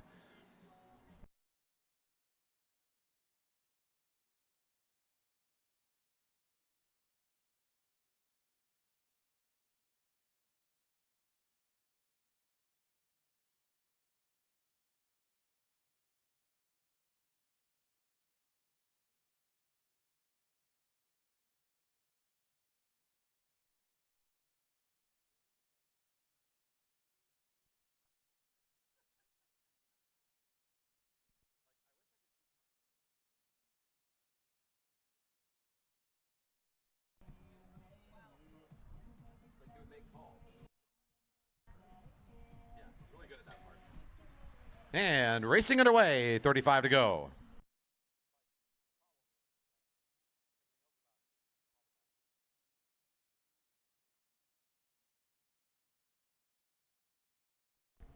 Had a question on stream there about our last race and the lead riders and the field. I did get off mic on the call there because we were working out the situation on the official side of things, so I didn't want to muddy the waters any further. But yes, the field did shift back to the larger group of riders on the track, about somewhere between the first and the last sprint. So I trust my officials team to update all results, and those things will be posted to velodrome.org/live.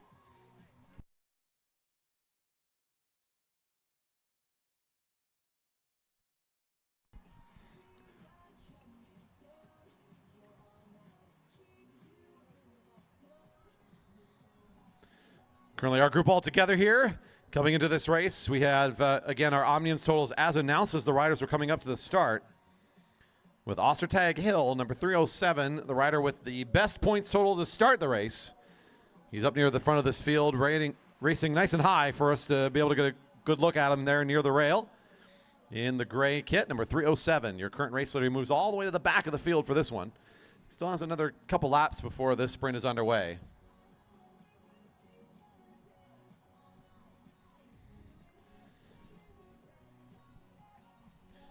A 6-point advantage to anybody else on the track. The next closest rider is Rue Tomko, who's been double dipping all day today, racing both in the open women field, winning that competition, and also now currently in second coming into this race for the Cat 3s. So number 101, another rider to be cheering on for here for the Jerry Baker Juniors. Put in a lot of laps today on a Saturday. This is going to be the conclusion of our kickoff event. Saturday racing, not something we do here on the weekly, but we are here on Fridays. If you walked or biked your way into the park, you might have seen today the black sign that's hanging out there in the entranceway advertising the big show here. That's our Friday night racing program we do every single week starting at 7 o'clock. More great racing here all through the summer months. We'd love for you to come back and check it out. Again, we will be streaming as well as, of course, you can come into the park and enjoy the racing live. Big move here off the front from Snoblin at 31 to go. Peter Snoblin, number 379. Big breakaway here. And that's Ostertag Hill, number 307, kind of letting him roll. He looks at him and says, maybe not yet. I'm going to hold on for a little bit. The field riding above the blue line still. No movement just yet. There's a jump from Otis Hatfield. So here's our first response. And the leader is going to pick up the 5, no problem. What is the field going to do here? So Snowman with the early lead. Here comes Otis around the corner. So it will be Otis for 3 here. Brendan for 2. And whoa, 2 riders coming across the line almost the exact same moment.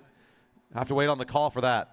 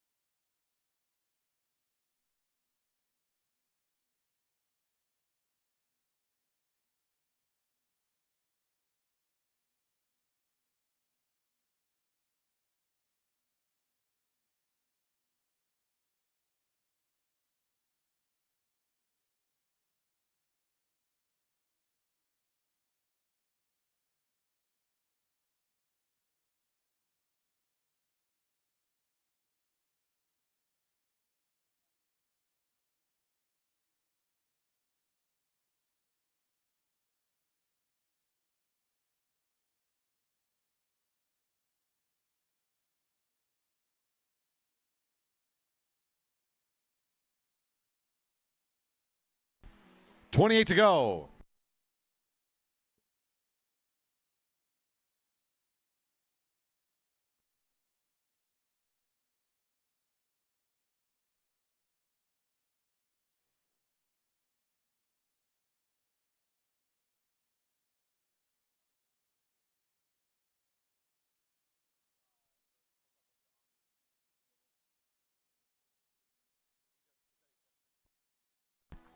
And your leader caught here, Snoblin, back into the field. So Snoblin gets reabsorbed back into the group.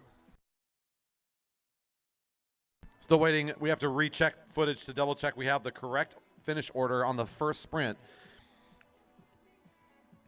We do have Snoblin going up to 30 points after picking up 5 on that first one. And Otis Hatfield should now be at 31 points after picking up 3 in the first sprint.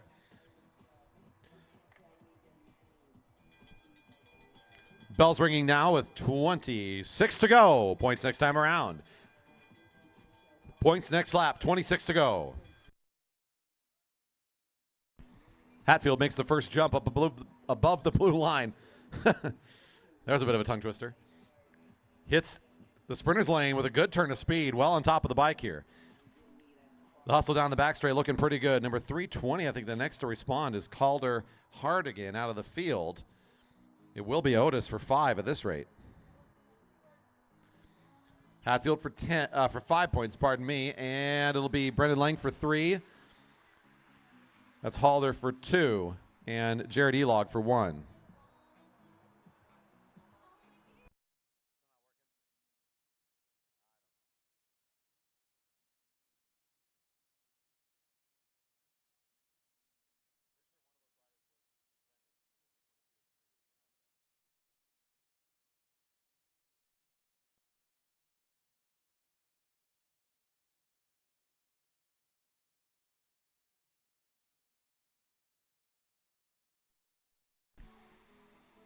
Liquid Velo breaking away here. Riders in trouble here. The field's not able to respond quick enough. These two are looking very quick.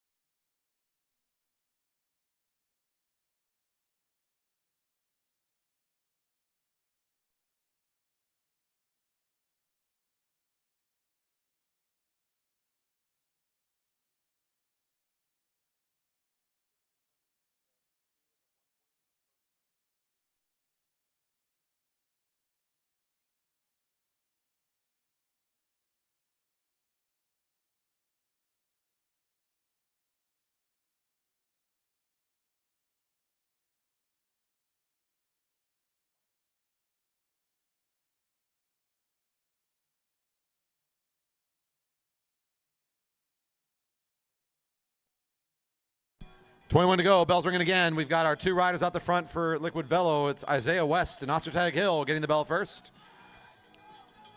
21 to go. Tomko out in front of the field here, going into turn 1 with Hardigan right behind. Will our leaders fight for points? I don't think they're going to.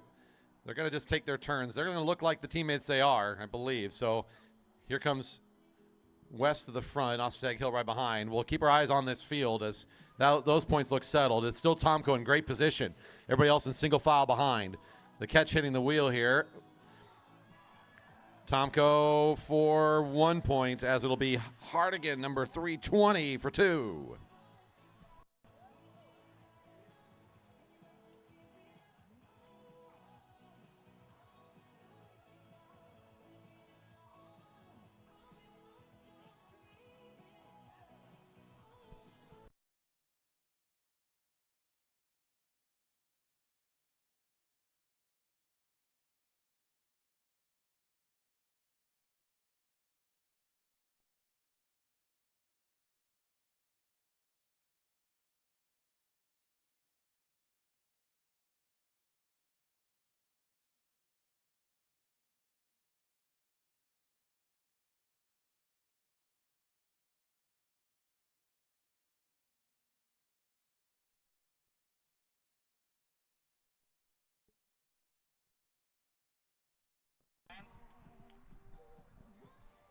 Two riders off the front. There's your field hitting the home straight.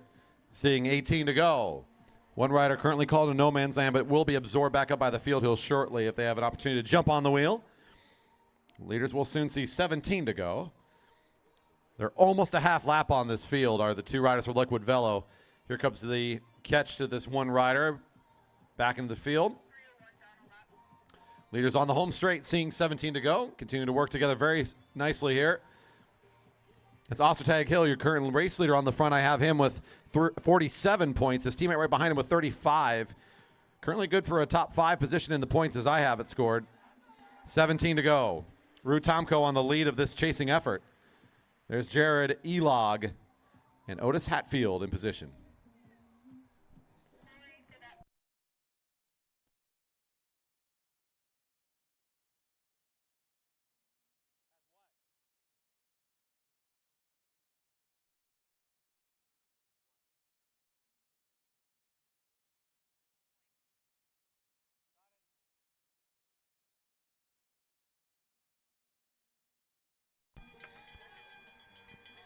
As the bell is ringing, I'll try to do my best after this to do points updates. I was waiting an official decision on an earlier sprint. I think I have it, so I'll try to do my best to give the current point standings post that update. We saw the two leaders. They're still just working together. We'll continue to watch this field as Otis Hatfield now is coming out of the group. Hatfield makes the jump. Up in front of them, it was 307, first for 5. His teammate for 3. Here comes Hatfield holding on for a really, really good move on the back straight. That'll easily get him 2 here. Nice jump. And the fight for 1 will go the direction of Rutomko. Moves above the red line.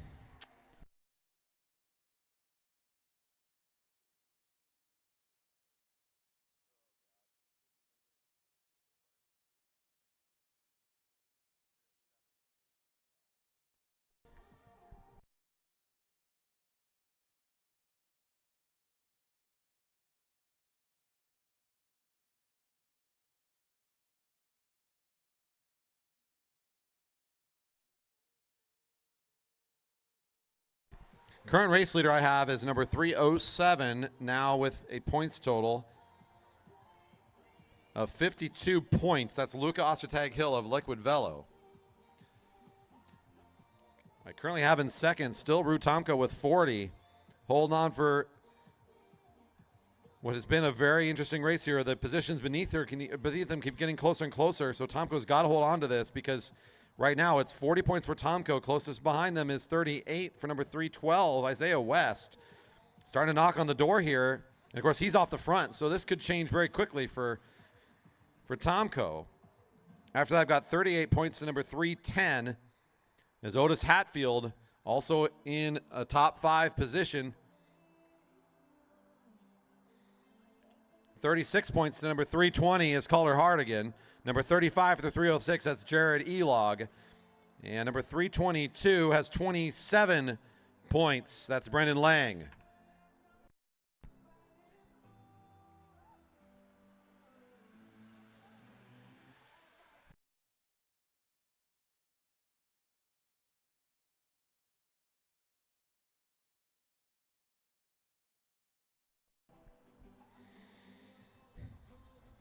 Appreciate all the viewership out there on today's live stream. I see a few of you checking out. Just a few more laps here today. We're almost there. Liquid Velo, very impressive here today. They're getting the bell.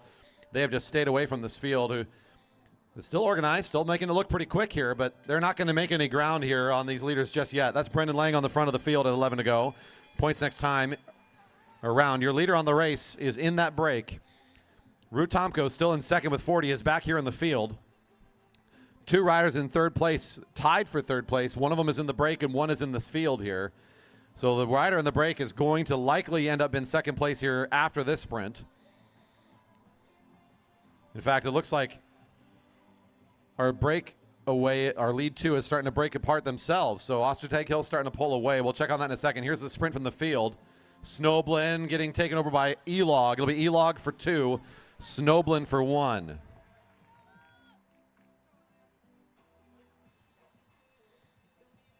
So as I was talking about earlier, checking on our leaders now. Look at this break apart between these two. Isaiah West has to give up on this break. An impressive solo ride now on display here from Ostertag-Hill, number 307. His partner's way back in turn 4 and about ready to jump behind this field, I imagine. Let's see if he can get on the wheel of this group as they're now catching up to his position on the home straight. He looks like he'll be able to join that speed. They've slowed off too, so this will be a good place for him to rest up and kind of recover before the end of this one.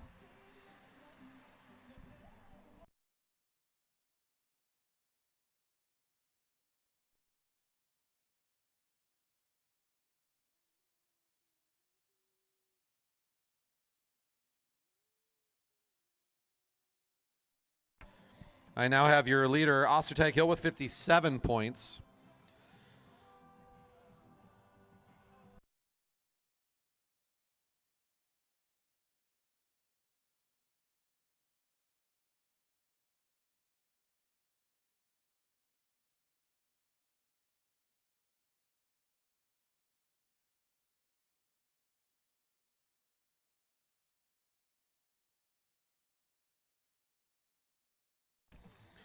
Again, your leader with 57. In second, I have West, number 312, with 41. Tomko in third with 40. A couple riders with 38 points apiece is both 320 and 310, tied for 5th currently.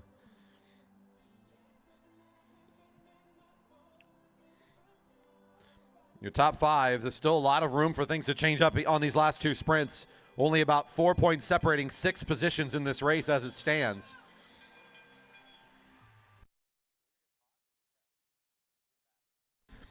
Bringing this race back together again over the last couple of laps, and now it's Otis Hatfield off the front. So Liquid Velo first losing Isaiah West, eventually Ostertag Hill back into the fold as well.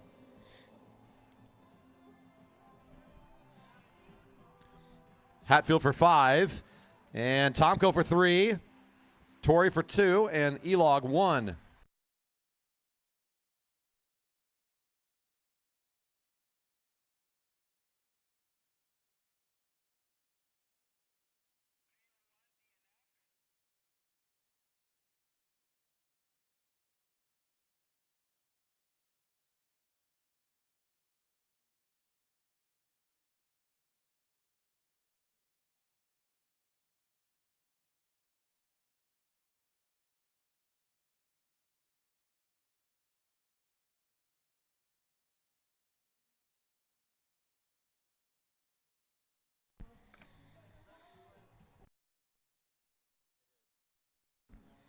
Currently in the lead of the lap is Torrey Park for Liquid Velo. Right behind is Ruth Tomko, but the rest of the field is bearing down right behind them.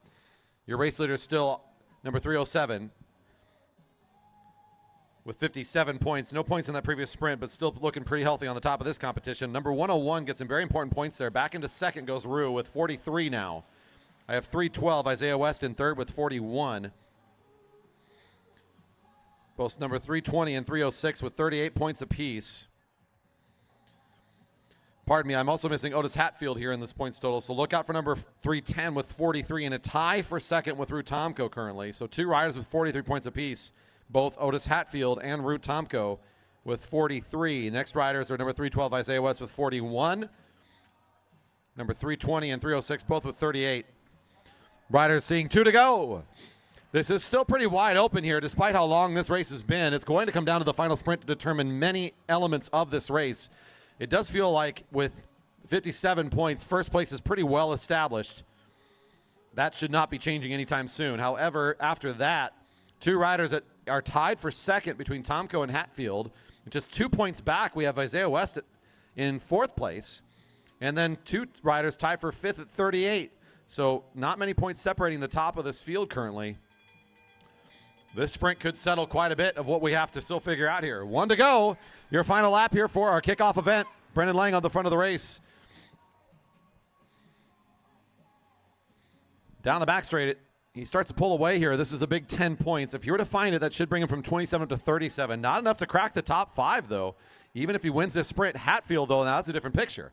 If Hatfield finds the win here, that should be good enough to confirm second overall in the Omnium today. Hitting the home straight, Brendan Lang looking pretty good here. Should be able to get some big points. Brendan Lang for 10, Otis Hatfield 6, and Ruth Tomko for 4. The tiebreak will go in the direction of Hatfield on that final sprint because of the 2-point advantage from position there. So second place overall for Hatfield unofficially. Tomko, I believe, for 3rd overall standings. Lang picks up the big 10 on that final sprint. Again, I don't think it's quite enough to crack the top 5, but still an impressive final sprint for that competitor.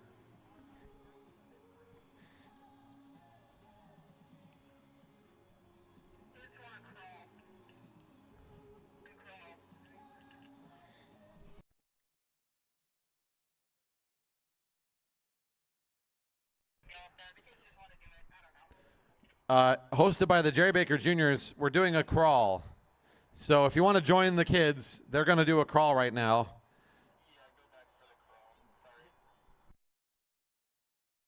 We're waiting for Keegan. I'm not running this.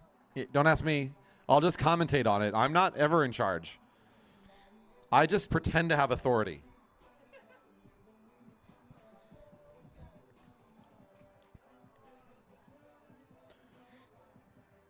So apparently we're going to do a little bonus Marymoor crawl to end the night. So that's one of our novelty races. It'll be a lot of kids for sure. They just want to do one of their favorite races. I'm sure a few of the adults might jump in with them, but one more fun little thing to do here before we'll shut down things for the afternoon.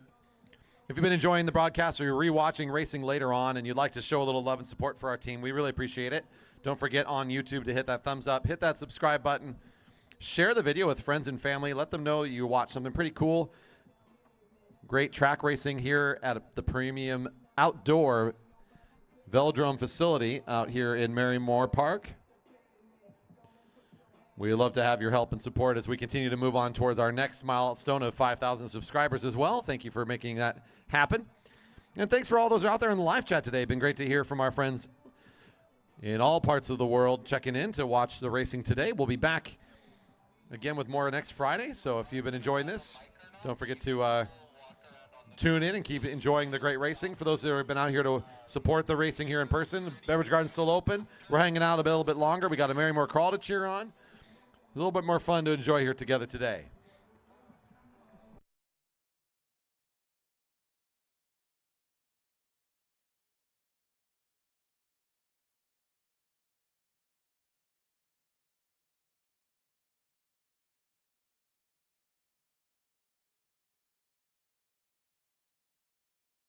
Riders to the rail. Crawl riders to the rail, please. Crawl riders to the rail.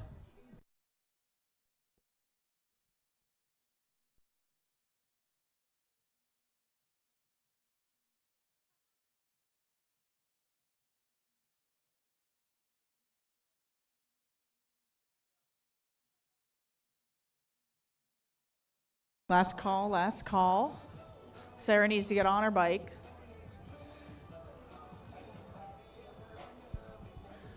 Are we all ready over there? I want to make this really long.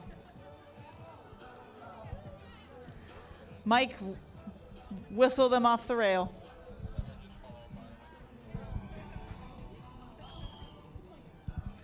Off the rail. I don't see any cash on the rail, though. Oh, maybe a Twizzler. Mike, come on. Red vines at the rail. It's totally sanitary. Red vines at the rail. There we go. Keegan, your outfit is amazing. How are you doing?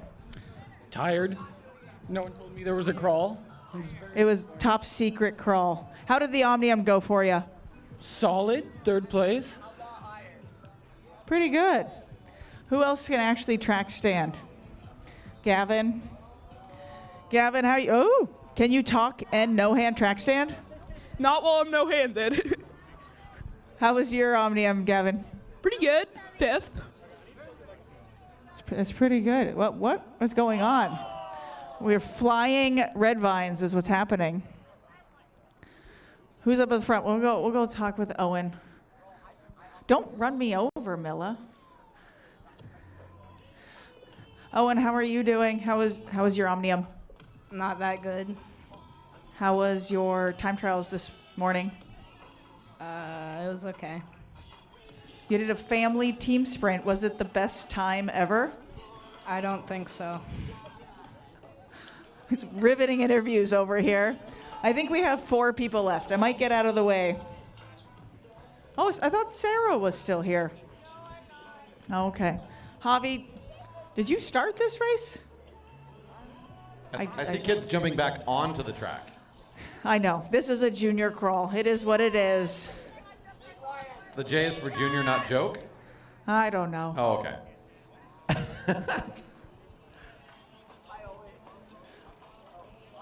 There we go. At the end Milla, of like on this your long cue. day, are you kidding me? They just like it. Oh, Oliver's out again. Correct. I think he's just going to swoop around and jump back in, though. Sarah's back. Milla, just ring it when Daniel's not horizontal in the track. There we go.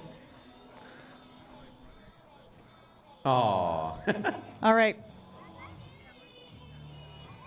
There we go. We have 3 Let's real go, riders. juniors. And Keegan's gonna win.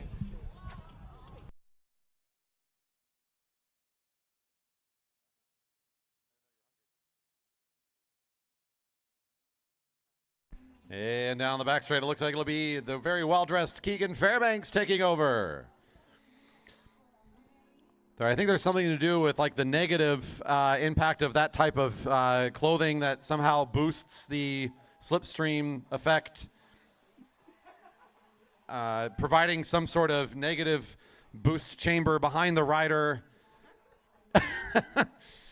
I don't know. Made up science mumbo jumbo. Hey, congrats to our juniors. That was fun just to throw that in there at the end of our night. Hey, everybody. Thanks again one more time for participating, whether you're inside or on the outside of the Velodrome.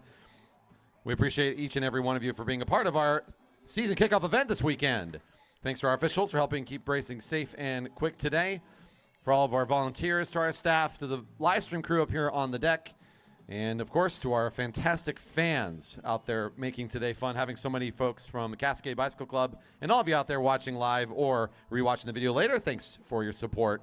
We hope you've had a great time with us here. 2026 racing is back in full swing. Hopefully, the Pacific Northwest will be a good host for us and we can have a few great Friday nights in a row here without any rain. Knock on wood wherever you got some nearby. Appreciate every one of you. Thank you so much, and we look forward to hosting you once again for more great racing action here at the Jerry Baker Memorial Velodrome.